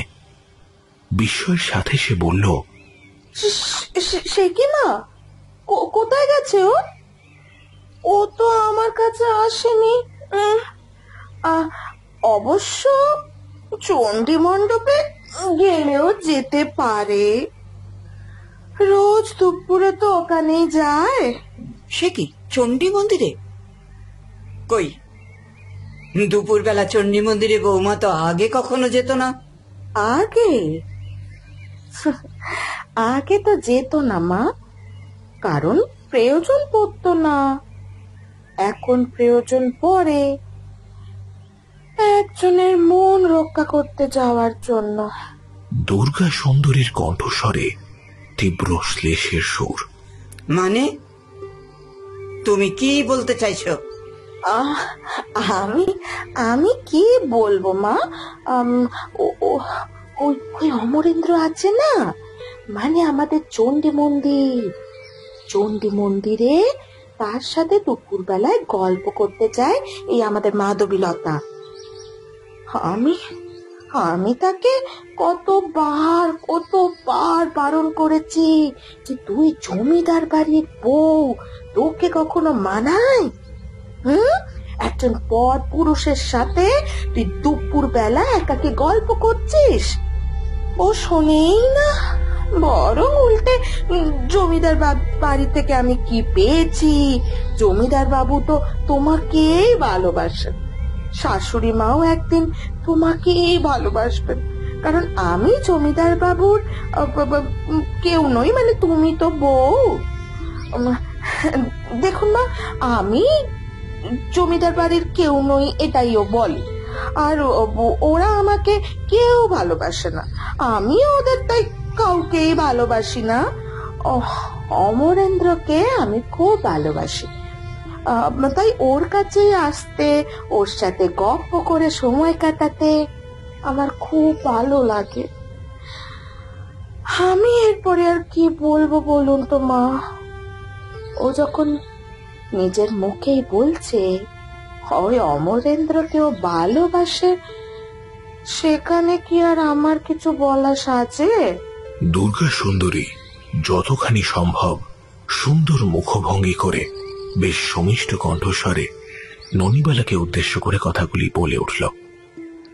ননিবালা কিছু সময় স্থবিরের ন্যায় দাঁড়িয়ে রইলেন। নিজের দুটো কানকে কিছুতেই বিশ্বাস করতে পারেন না তিনি, যে তিনি যা শুনলেন তা মাধবীলতাকে কেন্দ্র করে বলা, যা কখনোই সম্ভব হতে পারে না। তবুও তার দুটো চোখ দিয়ে নেমে এলো অবাধ্য বাড়িধারা। সম্বিত ফিরল দুর্গা সুন্দরীর ডাকে। ও মা, বলে কি ভাবতেছেন বলুন তো? আমি আপনাকে মিছে কথা বলছি নাকি? না, আমি কিছু ভাবছি না। আমি এখন আসি। তুমি যদি মাধবীলতাকে দেখো আমার কাছে পাঠিয়ে দিও।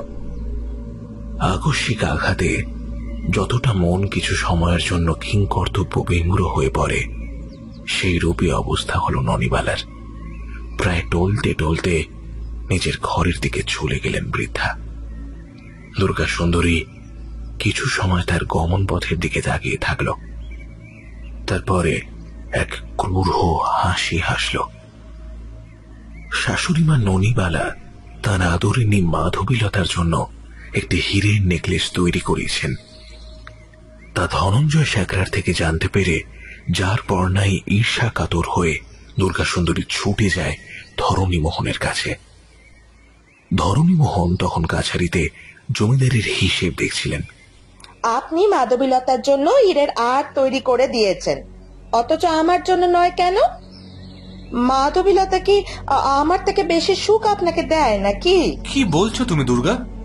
আমি মাধবীলতার জন্য হার গড়াবো আর তোমার জন্য নয়? না না, তোমার কোথাও ভুল হচ্ছে। হিসেবের খাতা থেকে চোখ না তুলেই কথাগুলো বলে উঠলেন ধরণীমোহন। আপনি আপনি আমার থেকে তাকান জমিদার বাবু। আমি এখানে আপনার সাথে তামাশা মশকরা করতে আসিনি। আমি আপনার থেকে জানতে চেয়েছি অন্যায় কেন কেন আমার সাথে হচ্ছে। আপনার মা এই কয়েক মাসেও একদিনের জন্য আমাকে তার পুত্রবধূ রূপে স্বীকৃতি দেননি। ওই চণ্ডী মন্দিরে আরতিকালীন প্রজ্বলিত প্রদীপ নিয়ে মাতৃমূর্তিকে প্রদক্ষিণ করার অধিকারও তাও দেননি। পুত্রবধূ রূপে তার কাছে গিয়ে বসার অধিকারও আমার নেই নেই নেই। সব অধিকার একমাত্রই মাধবীলতার। কিন্তু কেন কেন? আমি কি আপনার স্ত্রী নই? হ্যাঁ, আমি কি আপনার রক্ষিতা? দুর্গা, তোমার মাথা ঠিক নেই, তাই এমন সব কথা বলছো। যাও, বাড়ির ভেতরে যাও। এটা তোমার তামাশা দেখানোর জায়গা নয় কিন্তু। বাহ বাহ জমিদার বাবু, বাহ। আমার কথাগুলো আপনার কাছে তামাশা লাগছে, তাই না? তুমি এখন যাও দুর্গা, তোমাকে ছাড়াও আমার অনেক কাজ আছে। আর তুমি যে নেকলেসের কথা বলছো সেটা ধনঞ্জয়কে দিয়ে অনুরূপ একটা নেকলেস বানিয়ে নিও। তবে মনে রেখো, মাধবীলতাকে কোনো নেকলেস কিন্তু আমার বানিয়ে দেওয়া নয়। নিশ্চয়ই মা দিয়েছেন। মা মাধবীলতাকে অমন নেকলেস দিয়েই থাকেন। বেশ, আমি বুঝলাম। কিন্তু দেখুন, আমারই অমনি একটি নেকলেস চাই, একদম হুবহু। আচ্ছা, তাই হবে খন। তুমি এখন যাও। আর মনে রেখো, কাছারিতে হঠাৎ করে এরকম চলে আসা কিন্তু আমার পরিবারের বউ মেয়েদের একেবারে শোভা পায় না। দুর্গা সুন্দরী আর দাঁড়ায়নি, বরং মাধবীলতার খোঁজে চণ্ডী মন্দিরের দিকে হাঁটা লাগায়। মন তার অশান্ত, কারণ আজ সেই দিন যে দিনের অপেক্ষায় সে রয়েছে। দুপুর পেরিয়ে বিকেল, বিকেল পেরিয়ে সন্ধ্যা, তারপর শুধু রাতটুকুর অপেক্ষা। তারপর কি হবে মাধবীলতার? না, ওই নামে কেউ আর থাকবে না এই রায় পরিবারে। কিন্তু এই সত্যিটাকে সত্য আকারে প্রমাণিত করতে যাকে দরকার সে হলো বিষ্ণু লাঠিয়াল। তাকেই তো এই কাজ দিয়ে সে নিশ্চিন্ত হয়ে রয়েছে। তবে কাজ সফল হওয়ার আগে বিষ্ণু লাঠিয়ালের সঙ্গে একবার কথা বলা দরকার, আর সেই কথা হবে গোপনে, কাক পক্ষীও তার টের পাবে না। মনে মনে কথাগুলি ভাবতে ভাবতে দ্রুত পা চালায় দুর্গা সুন্দরী। মা, আপনি নাকি আমাকে খুঁজছিলেন?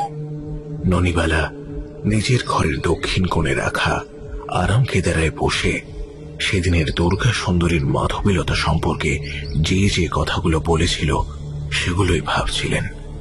সম্বিত ফিরল মাধবীলতার কণ্ঠস্বরে। মনে মনে বেশ ক্ষিপ্ত তিনি, আর হবেন নাই বা কেন? যে মাধবীলতাকে তিনি নিজের মেয়ের মতো মনে করেন, যার প্রতিটি সুখ প্রতিটি দুঃখ আপন মনে করে দূর করার চেষ্টা করেন সব সময়, সেই মাধবীলতা যাকে কিনা নিজে পছন্দ করে সম্ভ্রান্ত জমিদার পরিবার থেকে বেছে এনেছেন তিনি, সে কিনা স্বামী ধরণী মোহনকে নয়, পুরোহিত অমরেন্দ্রকে ভালোবাসে। এই রায় পরিবারের বউ হয়ে এই রায় পরিবারের প্রতি ঘৃণা পোষণ করেন না। হে তিনি কি করে মেনে নেবেন? অচিরেই মাধবীলতাকে তার বাপের বাড়ি পাঠিয়ে দিতে হবে। উঠতি বয়সের মেয়ে যদি ধরণী মোহনকে স্বামীর মর্যাদা থেকে দূরে সরিয়ে দিয়ে অমরেন্দ্রকে সেই মর্যাদা দিয়ে ফেলে, না না, তাহলে তো এই জমিদার পরিবারের মুখ দেখানো দায় হবে। তাই বাপের বাড়ি পাঠিয়ে দেওয়াই উচিত হবে, এবং তা খুব শিগগিরই। মা, আপনি বলছিলেন হীরের নেকলেস দেবেন, তা সে কেমন দেখতে? আমার জানেন তো সব গহনা আছে, নেকলেসটাই নেই। কই মা, দিন। আমি তো চণ্ডী মন্দির থেকে আসার পথে দেখলাম ধনঞ্জয় শেখরাকে। তাহলে তো নেকলেসটি দিয়ে গেছেন ধনঞ্জয় শেখরা। আর দেখান না মা, কেমন দেখতে নেকলেসটা। হ্যাঁ, শাশুড়ি মা ননিবালা দেবীর পাশটিতে বসে তাকে খানিকটা জড়িয়ে ধরে কথাগুলি বেশ আদরে কণ্ঠস্বরে মাধবীলতা বলে উঠতেই ননিবালা বেশ বিরক্ত হলেন। স্বভাব বিরুদ্ধ রূঢ় কণ্ঠস্বরে বলে উঠলেন, চণ্ডী মন্দিরে যাস কেন? অত জানিস না তুই রায়বাড়ির বউ? আর তুই কিনা দুপুরবেলা চলে যাচ্ছিস অমরেন্দ্রর সাথে কথা বলতে? লোকে কি বলবে তা কি বুঝিস না? অত ছাড়িয়ে লোকে যা বলে বলুক আর বুঝুক, আমার কিছু জানার দরকার নেই। আমার শাশুড়ি মা আমাকে ভালোবাসে, সেটাই আমার চাই। এখন আমার নেকলেসটা দিন দেখিনি। আজ পূর্ণিমা, হীরের নেকলেস পরে সেজে গুজে থাকবো, তাহলে মনে হয় জমিদার বাবু দুর্গা দিদির কাছে না গিয়ে আমার কাছে আসবেন। সেটাই সত্যি হবে তো মা? আপনি কি বলেন? এসব তুই কি বলছিস বৌমা? আমি তো কিছুই বুঝছি না। তোকে যে পুরুষ এত কষ্ট দেয়, যে তোকে সহবাসের সময় আছড়ে কামড়ে দিয়েছে, তুই তার কাছে সোহাগ পাওয়ার জন্য হীরের নেকলেস পরে তার কাছে যেতে চাস?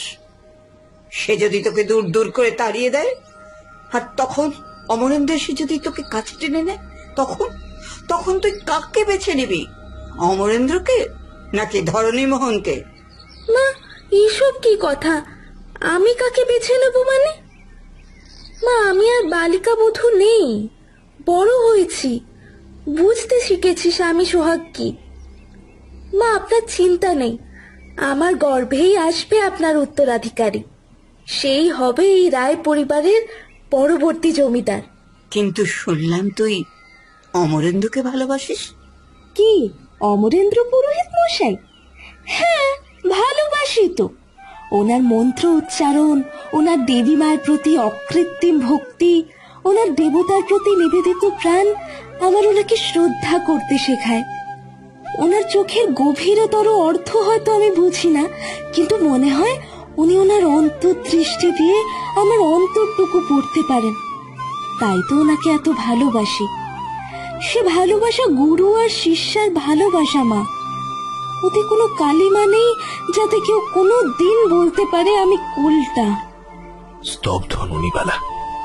একটি 13 বছরের কিশোরী তাকে হারিয়ে দিয়েছে। তার মনে ক্ষণিকের জন্য হলেও যে ঘৃণার প্রকাশ মাধবীলতার প্রতি ঘটেছিল তা মুহূর্তেই বিলীন হয়ে গেল। আরাম কেদারা থেকে শরীরটা কোনো ক্রমে তুলে উঠে দাঁড়ালেন তিনি। এগিয়ে গেলেন সুদৃশ্য সেগুন কাঠের তৈরি আলমারিটার দিকে। আলমারি খুলে বার করলেন একটি রূপার তৈরি গহনার বাক্স।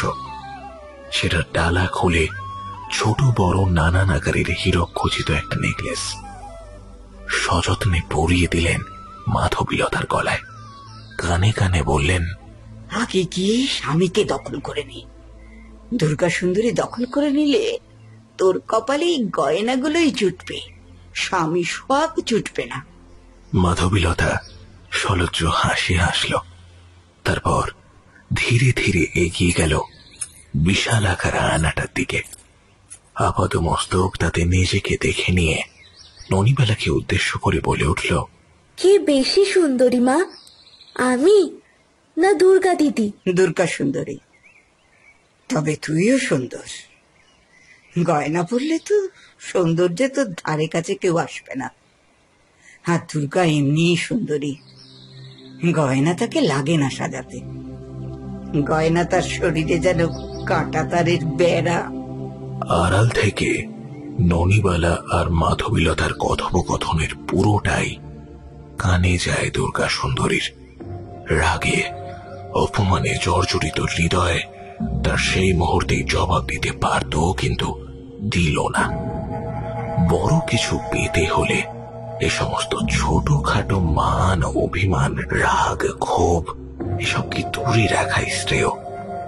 একটা ছোট্ট নিঃশ্বাস ফেলে সেই মুহূর্তের মতো দুর্গা সুন্দরী সেই স্থান ছেড়ে চলে গেল। তারপর তারপর কি হয়েছিল ঠাম্মা? সবটুকু না জানতে পারলে আমি কিছুতেই নিশ্চিন্ত হতে পারবো না। কিন্তু নাচবো, যে বৃদ্ধাকে আমি তার মৃত্যুর সময় শপথ কেটে বলেছিলাম আমি আমার জীবন থাকতে আমার শাশুড়ি মায়ের পাপ প্রকাশ্যে আনবো না, তা তো এনে ফেললাম। ওনাকে দেওয়া কথা আমি যে রাখতে পারলাম না রে, নাচবো, রাখতে পারলাম না, রাখতে পারলাম না।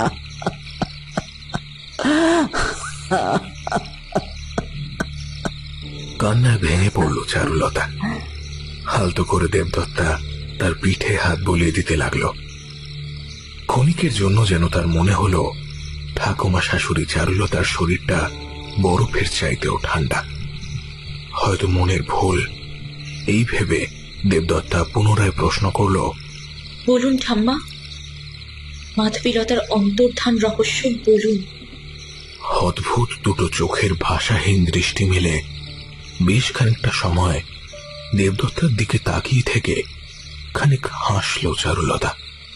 তারপর হঠাৎই নিজের হাসি সম্বরণ করে বজ্র গম্ভীর কঠিন স্বরে বলল, সেদিন ছিল পূর্ণিমা, কিন্তু আকাশ ছিল কালো মেঘে ঢাকা। মাধবীলতা ছমছম নুপুরের শব্দ তুলে ধরণী মোহনের ঘরের দিকে যেতে গেলেই হঠাৎ কোনো পুরুষ কণ্ঠস্বরে থমকালো, মা, তোমার একবারটি ডেকেছেন। কে ডেকেছেন আমাকে বিষ্ণুদা? এত রাতে আমাকে ডাকার মতো তো কেউ নেই। পুরোহিত মশাই ডেকেছেন। আগামীকাল মাকে সালঙ্করা করতে কি গহনা পরাবেন তাই জানার জন্যে। বেশ, আমি যাচ্ছি। তবে পদ্ম দিদিকে বলো আর জমিদার বাবুর কাছে আমি থাকবো। দুর্গা দিদি যেন অন্যত্র শোয়। শাশুড়ি মা ননিবালা দেবীর আদেশ এটা। বিষ্ণু মাথা হেলিয়ে চলে গেলে মাধবীলতা পা বাড়ালো চণ্ডী মন্দিরের দিকে। হনহন করে এগিয়ে চলে কিশোরী। পায়ে নূপুরের ছমছম শব্দ অন্ধকার চিরে যেন বুঝিয়ে দেয় হতভাগিনীর শেষ বিচরণ কত ছন্দে, কত আনন্দে। আকাশ কালো ঘন মেঘে ঢাকা, চীনা পথ, নিশ্ছিদ্র অন্ধকারের বুক চিরে এগিয়ে চলল মাধবীলতা। কিছুটা পথ চলার পর চণ্ডী মন্দির লাগোয়া চাতালে এসে বেশ উচ্চস্বরে হাঁক দেয় সে। ঠাকুর মশাই, ঠাকুর মশাই। হাতে একটা পুটুলি নিয়ে ঘর থেকে বেরিয়ে এলো অমরেন্দ্র। সহাস্য বদনে বলে উঠল, আপনি আপনি এসেছেন বৌরানী? আমি তো ভাবতেই পারিনি আপনি আসবেন। দুর্গা বৌরানী খুব ভালো, খুব ভালো। ওনার জন্যই তো আমরা পালিয়ে যাওয়ার সুযোগটা পাচ্ছি। আমি কথা দিচ্ছি, যে সুখ আপনি কোনো দিনও আপনার স্বামীর কাছ থেকে পাননি আমি দেব আপনাকে। আমার জীবন থাকতে আপনার শরীরে আমি কোনো আঁচড় লাগতে দেব না, কারণ আমি আপনাকে ভালোবাসি। কথা শেষ করতে পারল না অমরেন্দ্র। আচমকা তার গালে সজোরে কে যেন থাপ্পড় কষালো। বেশ দৃঢ় অথচ সমিষ্ট কণ্ঠস্বরে তারপর সে বলে উঠল, আপনি আমাকে ভালোবাসেন তাই না? সেটারই পুরস্কার দিলাম আপনাকে। অন্ধকার ঘন রাত্রি, তাই থাপ্পড়টা হয়তো সঠিক পড়ল কিনা তা নিয়ে সন্দেহ। তবে আপনার মনকে যে এই থাপ্পড় পুরোপুরি ছুঁয়েছে তাতে কোনো সন্দেহ নেই। তাই বলছি, যে কথা বললেন আজ আমাকে আর কোনো দিনও বলবেন না। আমি জমিদার ধরণী মোহন রায়ের স্ত্রী, জমিদার ঘরণী। তাকে অপমান করার কোনো অধিকার আপনার নেই। আগামীকালই ভোর হওয়ার পূর্বে এই বাড়ি ছেড়ে আপনি চলে যাবেন। মাধবীলতা যেতে উদ্যত হলে বেশ কঠিন কণ্ঠস্বরে অমরেন্দ্র বলে উঠল, মাধবীলতা, আমি তোমাকে ভালোবাসি। তুমি তা স্বীকার করো আর নাই করো, আমার ভালোবাসা তাতে বিন্দু মাত্র কমবে না। বিশ্বাস করো, আজ তোমাকে পালিয়ে যাব এই ইচ্ছেতেই যত সামান্য কিছু পুটলিতে বেঁধে আমি পথে নেমে এসেছি। ব্যর্থ হব না তা হতে পারে না। এদিকে আকাশ কালো হয়ে গিয়েছে, এক্ষুনি বৃষ্টি শুরু হবে। আর দেরি নয়, চলো মাধবীলতা, চলো তুমি আমার সাথে, এক্ষুনি চলো। আপনি আপনার মাত্রা লঙ্ঘন করছেন ঠাকুর মশাই। আপনি হয়তো ভুলে যাচ্ছেন আমি জমিদার ধরণী মোহন রায়ের স্ত্রী। জমিদার বাবু যদি জানতে পারে আপনার এই রূপের কথা, তখনই কিন্তু আপনার ঘাড় ধাক্কা দিয়ে মন্দির প্রাঙ্গণ থেকে বার করে দেবেন। মাধবীলতার কথায় স্মিত হাসি হাসল অমরেন্দ্র। শান্ত কণ্ঠস্বরে বলল, জমিদার বাবু আপনাকে এত বিশ্বাস করেন যে আপনার জন্য উনি আমাকে অপমান করবেন? না মাধবীলতা, না, উনি তো আপনাকে ভালোই বাসেন না। আপনার এই পরিবারে থাকা বা না থাকায় ওনার কিছুই যায় আসে না। তাই অপমান আমাকে কি জন্য করবেন উনি? আপনার জন্য? না, ভুল, তা সম্পূর্ণ ভুল। যেখানে ভালোবাসা নেই সেখানে অপমান কেন? মাধবীলতা, যে স্বামী তার বিবাহিতা স্ত্রীকে স্ত্রীর মর্যাদা দিতে চান না, সেই পুরুষ আপনার স্বামী কিভাবে হন ভেবে দেখেছেন? শুধু সামাজিক বন্ধনে আবদ্ধ হলেই কি স্বামী স্ত্রীর সম্পর্ক গড়ে ওঠে? না, তা সম্পূর্ণ ভুল। একে অপরকে ভালোবাসা, বিশ্বাসের ওপরেই সম্পর্ক তৈরি হয়, যার দুটোই আপনার জমিদার বাবুর প্রতি থাকলেও জমিদার বাবুর আপনার প্রতি নেই। তাই সেই সম্পর্ক থেকে নিজেকে মুক্ত করে নেওয়াই তো ভালো। চলুন মাধবীলতা, চলুন আমার সঙ্গে, এক্ষুনি চলুন। ঠাকুরমশাই, আপনি ভুল করছেন। মাধবীলতা সেই মেয়েদের দলে পড়ে না যারা আত্মসুখের জন্য তার স্বামীকে ছেড়ে চলে যায়। আর কোনো কথা আমি বলতে চাই না আপনার সাথে। আমি চললাম। মাধবীলতা, শুনুন মাধবীলতা, যেখানে তাচ্ছিল্য অনাদর সেখানে আপনার স্থান নয়। আপনার স্থান আমার এই হৃদয়ে। আমি ভালোবাসি মাধবীলতা, আমি আপনাকে সত্যি। ঠাকুরমশাই, আমি আসছি। মাধবীলতা যেতে উদ্যত হলে হঠাৎ কয়েকজন বিশাল আকার চেহারার পুরুষ এগিয়ে আসতে লাগলো তাদের দিকে। মাধবীলতা বা অমরেন্দ্র কিছু বোঝার আগেই দুজনকেই লৌহ কঠিন হাত দিয়ে চেপে ধরল। মাধবীলতা চিৎকার করতে গেল, কিন্তু তার মুখের উপর কারো কঠিন হাত কঠিন থেকে কঠিনতর হয়ে চেপে বসল, আর তারপরেই প্রচন্ড আঘাত মাথার উপর। কিশোরী মাধবীলতার শরীরটা শিথিল হয়ে মাটিতে পড়ে গেল। ঘটনার আকস্মিকতায় হতবাক অমরেন্দ্র। আলো আধারিতে যেটুকু আন্দাজ করল, মাধবীলতার অচৈতন্য দেহটা মাটিতে পড়ে গিয়ে স্থির হয়ে গেল মুহূর্তের মধ্যে। অমরেন্দ্র তার সর্বশক্তি দিয়ে প্রতিরোধ করার চেষ্টা করল আক্রমণকারীদের, কিন্তু পারল না। জনাতিনের দুষ্কৃতী তাকে টানতে টানতে নিয়ে চলল কোন এক অজানা স্থানে। চোখে মুখে শরীরে আঘাতের পর আঘাত করতে লাগলো ভারী কোনো লোহার বস্তু দিয়ে।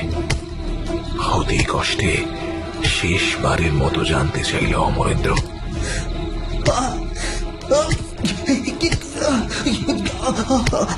আমাকে তোমরা মারছো কেন? আমার অপরাধটা কি?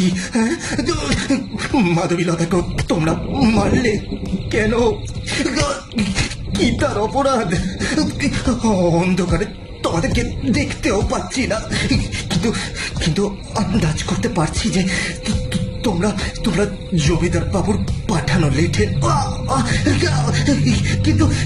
কিন্তু আমাদের আঘাত করে তোমাদের লাভটা কি? তোদের হত্যার আদেশ আছে আমাদের ওপরে। তোকে মন্দিরের পেছনের এই স্থানে হত্যা করে মাটিতে পুঁতে ফেলার নির্দেশ আছে। আর ওনাকে কি শাস্তি দেওয়া হবে তা বউরানী জানেন। বউরানী? হ্যাঁ, বউরানী দুর্গা সুন্দরীর আদেশেই আমরা তোকে হত্যা করতে এসেছি, জমিদার বাবুর নয়। অমরেন্দ্র স্তম্ভিত। এও কি সম্ভব? এক নারীর অসাধারণ অভিনয় ভুলে সে এত বড় ক্ষতি করল নিজের, সাথে সাথেই মাধবীলতার ক্ষতি করল। অসহায় অসহায় অমরেন্দ্র কাতর কণ্ঠস্বরে বলে উঠল, আমাদের অপরাধ বিচার করার আমরা কেউ নই, আমরা শুধু আদেশ পালন করি মাত্র। বেশ, তাহলে আমাকে মেরে ফেলো, কিন্তু মাধবীলতাকে ছেড়ে দাও। ও তো কোনো দোষ করেনি।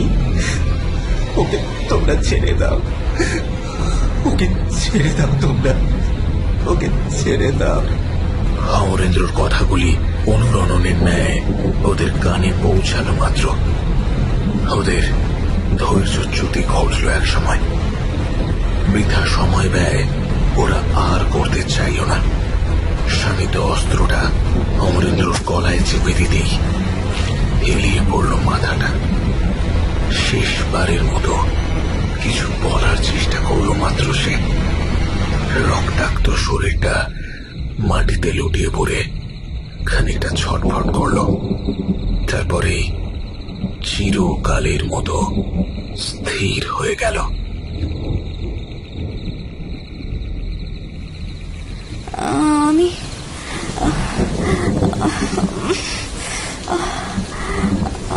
আমি কোথায়?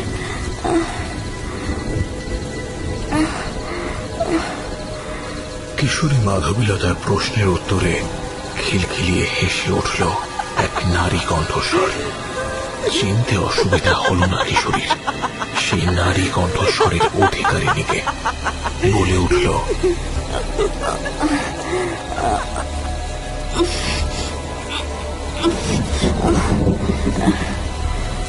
দুর্গা দিদি, আমি কোথায়? এখানে তো অন্ধকার কেন?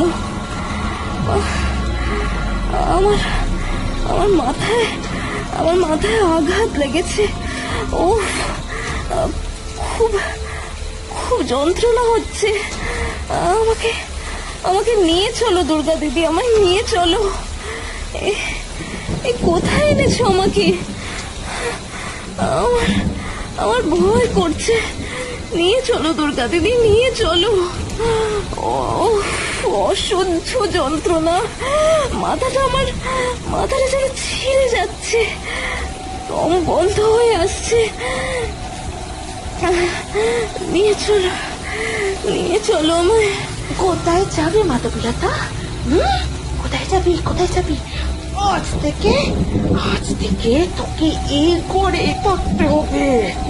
জমিদার পরিবারে তোর কোনো জায়গা নেই। ওই পরিবারে আমি জমিদার বাবুর বউ।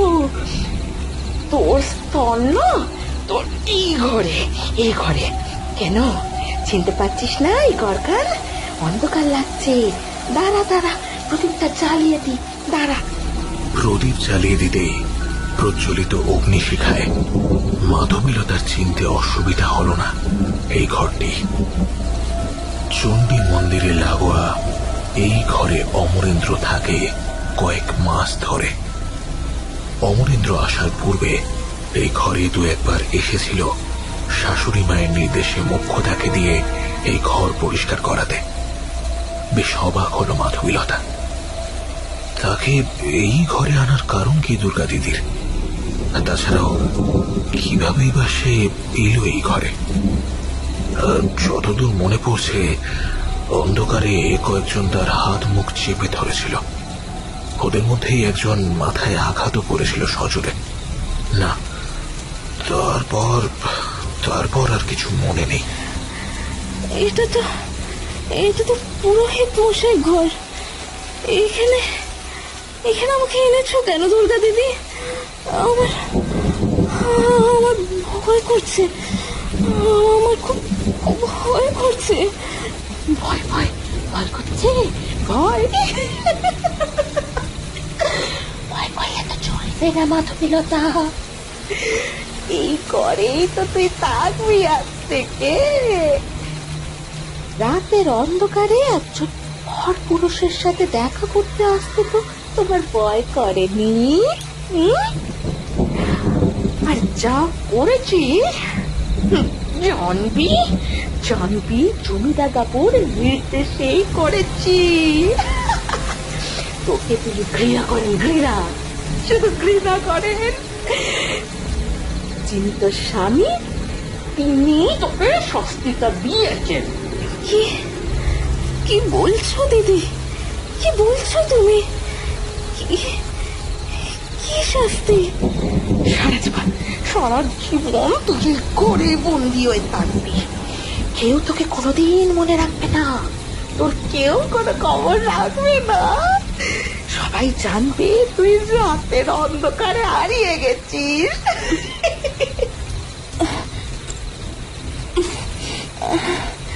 না, আমি বিশ্বাস করি না। জমিদার বাবু আমাকে এই শাস্তি দিতে পারেন না। তুমি আমাকে বন্দি করে রাখতে চাও কেন? দুর্গা দেবী, কেন? আমি তো তোমার কোনো ক্ষতি করিনি। তাও তুমি আমার সাথে এটা কেন করছো দিদি? কেন?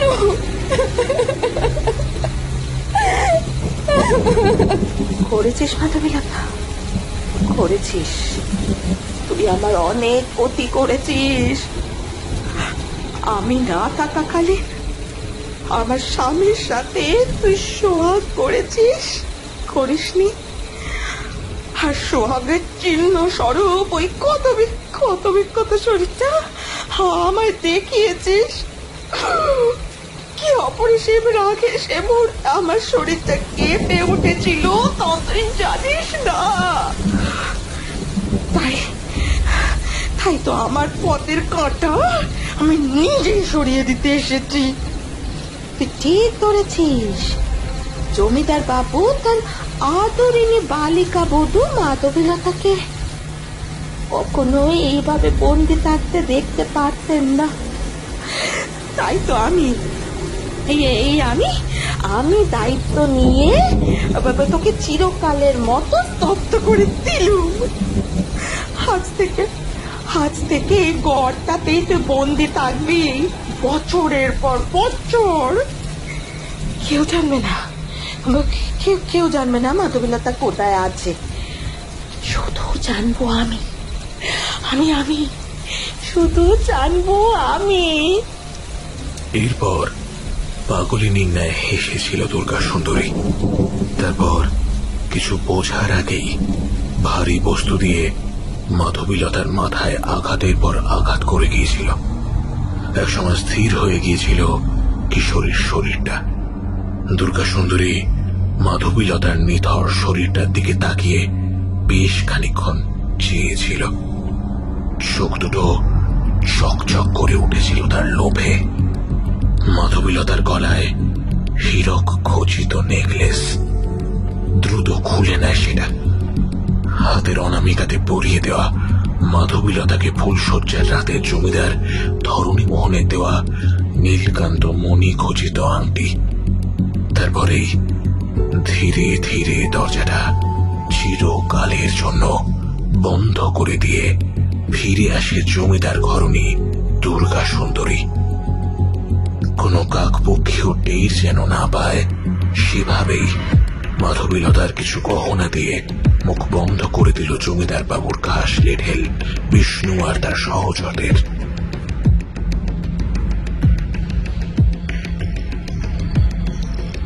কি বলছেন ঠাম্মা? দুর্গা সুন্দরী নিজে হাতে মাধবীলতাকে খুন করেন, আর ওর গলার হীরের নেকলেস আর নীলকান্তমণির আংটিটিও খুলে নেন। চিরকালের মতো বন্দিনী করে রাখেন মাধবীলতাকে। আর জমিদার বাবু কোনো কিছু জানতেই পারলেন না কোনোভাবে? না, জমিদার কেন, জমিদার পরিবারের কেউ কোনো দিন জানতে চায়নি মাধবীলতার অন্তর্ধান রহস্য। সবাই বিশ্বাস করেছিল দুর্গা সুন্দরীকে, কেবল ননিবালা ছাড়া। কিন্তু তিনিও পরে দুর্গা সুন্দরীর অদ্ভুত অভিনয় ক্ষমতাতে ভুলে গিয়ে বাধ্য হয়েছিলেন বিশ্বাস করতে যে মাধবীলতা হারিয়ে গিয়েছে বৃষ্টির রাতে চণ্ডী মন্দিরে যাওয়ার পথে। হয়তোবা তিনি বুঝেও চুপ করে থেকেছিলেন। অসহায় বৃদ্ধা। যদি সত্য জানাজানি হয়, জমিদার পরিবারের মান মর্যাদা ধুলায় মিশে যাবে ভয় পেয়েছিলেন। তাছাড়া মাধবীলতা জমিদার পরিবারের মেয়ে। সত্য জানলে ওর পরিবার কি ছেড়ে দিত ধরণীমোহনের পরিবারকে? তাই নীরব থেকেই কিছু মাস পরে মারা যান।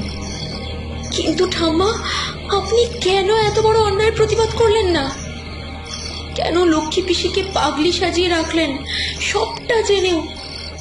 কেন ঠাম্মা, এত বড় অপরাধকে আপনি কেন নীরবে সমর্থন করলেন?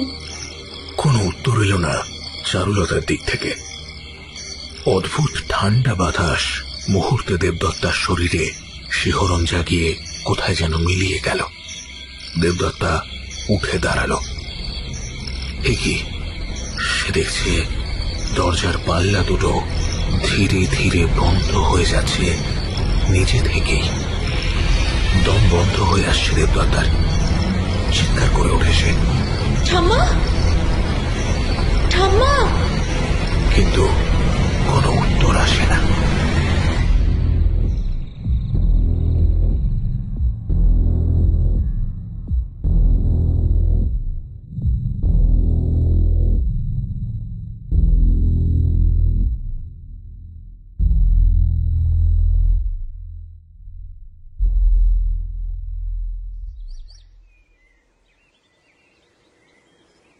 ভোরের নরম রোদ চোখে মুখে পড়তেই ঘুম ভেঙে যায় দেবদত্তার।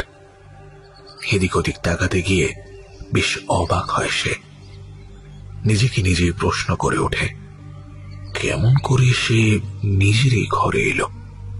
যতদূর মনে পড়ছে গতকাল রাতে সে তো ছিল চণ্ডী মন্দিরের লাগোয়া ঘরটিতে। দরজার পাল্লা দুটো হঠাৎ করে বন্ধ হয়ে গেলে সে আর বের হতে পারেনি। তারপর না, আর কিছু মনে নেই। হঠাৎ একটানা কান্নার ধ্বনি ভেসে আসতে চিন্তায় ছেদ পড়ল দেবদত্তার। কি কাঁদছে এমন করে? মনে হচ্ছে গলাটা খুব চেনা। লক্ষ্মী পিসি? হ্যাঁ, তাই তো মনে হচ্ছে। কিন্তু লক্ষ্মী পিসি কাঁদছে কেন? দ্রুত বিছানা ছেড়ে উঠে দাঁড়ায় দেবদত্তা, ছুটে যায় বারান্দার দিকে। নিচের উঠোনের দিকে তাকাতেই চমকে উঠল দেবদত্তা। সাদা চাদরে মোড়া হোকার মৃতদেহ। না না না না না, এ কেমন করে হতে পারে? গতকাল সারা রাত ধরে যে তাকে সবটুকু বলেছিল মাধবীলতা সম্পর্কে, সে কি করে মারা যেতে পারে? না না না না না, এ ভুল দেখছে সে। এ সত্যি হতে পারে না। বারান্দা থেকে চিৎকার করে উঠল দেবদত্তা। ঠাম্মা! রায় পরিবারের সকলের দৃষ্টি গেল তারই দিকে। অগ্নিভ তাকে দেখেই তরতরিয়ে সিঁড়ি বেয়ে উঠে এলো দোতলাতে। দেবদত্তার শরীরটাকে ধরে ধরে তার ঘরে এনে পালঙ্কে শুইয়ে দিল। মাথায় হাত বুলিয়ে দিতে দিতে, তুমি সত্যি পাগল দত্তা, লক্ষ্মী পিসির থেকেও পাগল তুমি। তুমি ওই ঘরের তালা ভেঙে ঢুকলে? হ্যাঁ, কিন্তু কেন? কি দেখলে ঢুকে? হ্যাঁ, কি দেখলে? কয়েকটা ভাঙাচোরা আসবাবপত্র, তাই তো? না অগ্নিভ, শুধু ভাঙাচোরা আসবাবপত্র নয়, মাধবীলতাকে দেখলাম, যাকে তোমাদের প্রপিতামহী দুর্গা সুন্দরী ওই ঘরে বন্দি করে হত্যা করেন। প্রমাণ চাও? তাহলে ওই ঘরে যাও, দেখবে মাধবীলতার নরকঙ্কাল। কি আবল তাবল বকছো দত্তা? আজই ভোর রাত্রে ওই ঘর থেকে তোমাকে খুঁজে বার করা হয়, তাও আবার অচৈতন্য অবস্থায়। তখন ওই ঘরে সবাই ঢুকেছিল, এবং আমিও, যা কোনোদিন কেউ আমরা করিনি। ঢুকে কিছু পুরনো আসবাবপত্র ছাড়া আর কিছুই দেখতে পাইনি আমরা। আর অবাক আমরা সকলে এটা ভেবে যে তুমি ওই ঘরে ঢুকলে কি করে, আর খুললেই বা কিভাবে দরজাটা? আর খুললে যদিও বা, ওখানে অচৈতন্য হয়ে পড়ে থাকলে কেন? তুমি জানো গতকাল রাত্রে ঠামা মারা গেছেন, আর মরবার সময় তোমাকে বারবার কিছু বলতে চেয়েছিলেন, কিন্তু সেই সময় আমরা তন্ন তন্ন করে খুঁজেও পাইনি তখন তোমায়। হয়তো পেতামও না যদি না লক্ষ্মী পিসি আমাদের জানাতো, কারণ লক্ষ্মী পিসি তোমাকে ওই ঘরে যেতে দেখেছিল, তারপরে ঠাম্মাকে নাকি জানিয়েছিল সেই কথা। ঠাম্মা তাই শুনে চণ্ডী মন্দিরে আসার চেষ্টাও করেন দ্রুত, কিন্তু অশক্ত শরীর, পারেন না। অতিরিক্ত উত্তেজনায় মন্দিরের প্রাঙ্গণে পড়ে যান তিনি। তারপর কিছু সময় বাদেই তিনি মারা যান। ডাক্তারবাবু বলেছেন হার্ট ফেল। শুধু মৃত্যুকালে তোমার নাম করে কিছু কথা বলে যান। সব ভুলে যা নাথ বউ। পরিবারের মঙ্গলের জন্য কিছু সত্য সবার অজানা থাকাই ভালো। ভুলে যা, সব ভুলে যা নাথ বউ, সব ভুলে যা। আমরা তো সকলেই অবাক হয়েছি এটা ভেবে যে ঠাম্মা তোমাকে উদ্দেশ্য করে কেন কথাগুলো বলে গেলেন। অগ্নিভ, সেটাই তো সত্য, যা ঠাম্মা আমাকে ভুলে যেতে বলে গিয়েছেন, কারণ তোমাদের সামনে তিনি তা আনতে চাননি। বিশ্বাস করো, ওই ঘরে মাধবীলতার নরকঙ্কাল আজও তার মৃত্যুর সাক্ষী বহন করছে। একে মুক্তি দেওয়া খুব দরকার। কিন্তু অগ্নিভ, একটা কথা কিছুতেই আমার বোধগম্য হচ্ছে না। ঠাম্মা যদি রাত 10টাতে মারা যান, তাহলে আমাকে ওই ঘরে মাধবীলতার মৃত্যু রহস্য কি সবিস্তারে বর্ণনা করল? তবে কি? না, এই প্রশ্নের উত্তর দেবদত্তা পায়নি অগ্নিভর কাছ থেকে। পায়নি ওই ঘর খুলিয়ে যখন সংস্কার করা হলো, তখন কোনো নরকঙ্কাল বিদ্যমান না দেখে। তবে কি সবটাই দেবদত্তার কল্পনা, নাকি কোনো ভ্রম? তবে লক্ষ্মী পিসি মাঝে মধ্যেই বলে, ভুলে যা বউ, সব ভুলে যা, সে ছিল, কবে ছিল, কে ছিল? ভুলে যা, সব ভুলে যা, সব ভুলে যা। ওরে আমাদের মা তার কোনো অস্তিত্ব রাখেনি, কোনো অস্তিত্ব রাখেনি। না না, সব ফাঁকা। রায়বাড়ির মান সম্মান রক্ষা করতে হবে না? হ্যাঁ, কোনো অস্তিত্ব রাখেনি। তুই যে সব জানতে পেরে গেছিলি, তাই মা মাধবীলতাকে চিরতরে মুক্ত করে দিয়েছে, মুক্ত করে দিয়েছে। কিন্তু কান পাতলে শুনতে পাবি রায়দিঘির ঘন কালো জলে তার কান্নার শব্দ। যুগ যুগ ধরে তা শোনা যাবে। হচ্ছে দিঘির জলেও বড় ভয়। হ্যাঁ, খুব ভয় পায়। দিঘির জলকে ভয় পায় তো। হ্যাঁ, খুব ভয় পায়। দিঘির জলে ভয়। হ্যাঁ হ্যাঁ, দিঘির জলে ভয়। ভয় ভয় ভয় পাচ্ছে। মাধবীলতা ভয় পাচ্ছে, ভয় পাচ্ছে।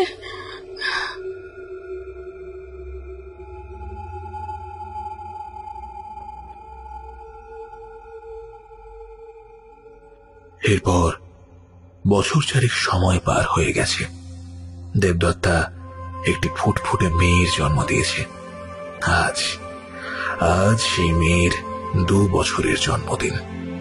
আদর করে দেবদত্তা তার নাম রেখেছে মাধবীলতা। কেউ বলে মাধবী, তো কেউ আবার ডাকে লতা। অবিশ্বাস্য ব্যাপার, গহনা মাধবীলতা পড়তে বড্ড ভালোবাসে। নীলকান্ত মণিখচিত আংটিটি সযত্নে শিশুর মধ্যমাতে পরিয়ে দিতে শিশুর আনন্দ আর ধরে না। শিশুর কানে কানে দেবদত্তা বলে ওঠে, খুশি তো মাধবীলতা? শিশুর মুখে ফুটে ওঠে এক ভুবন ভোলানো হাসি।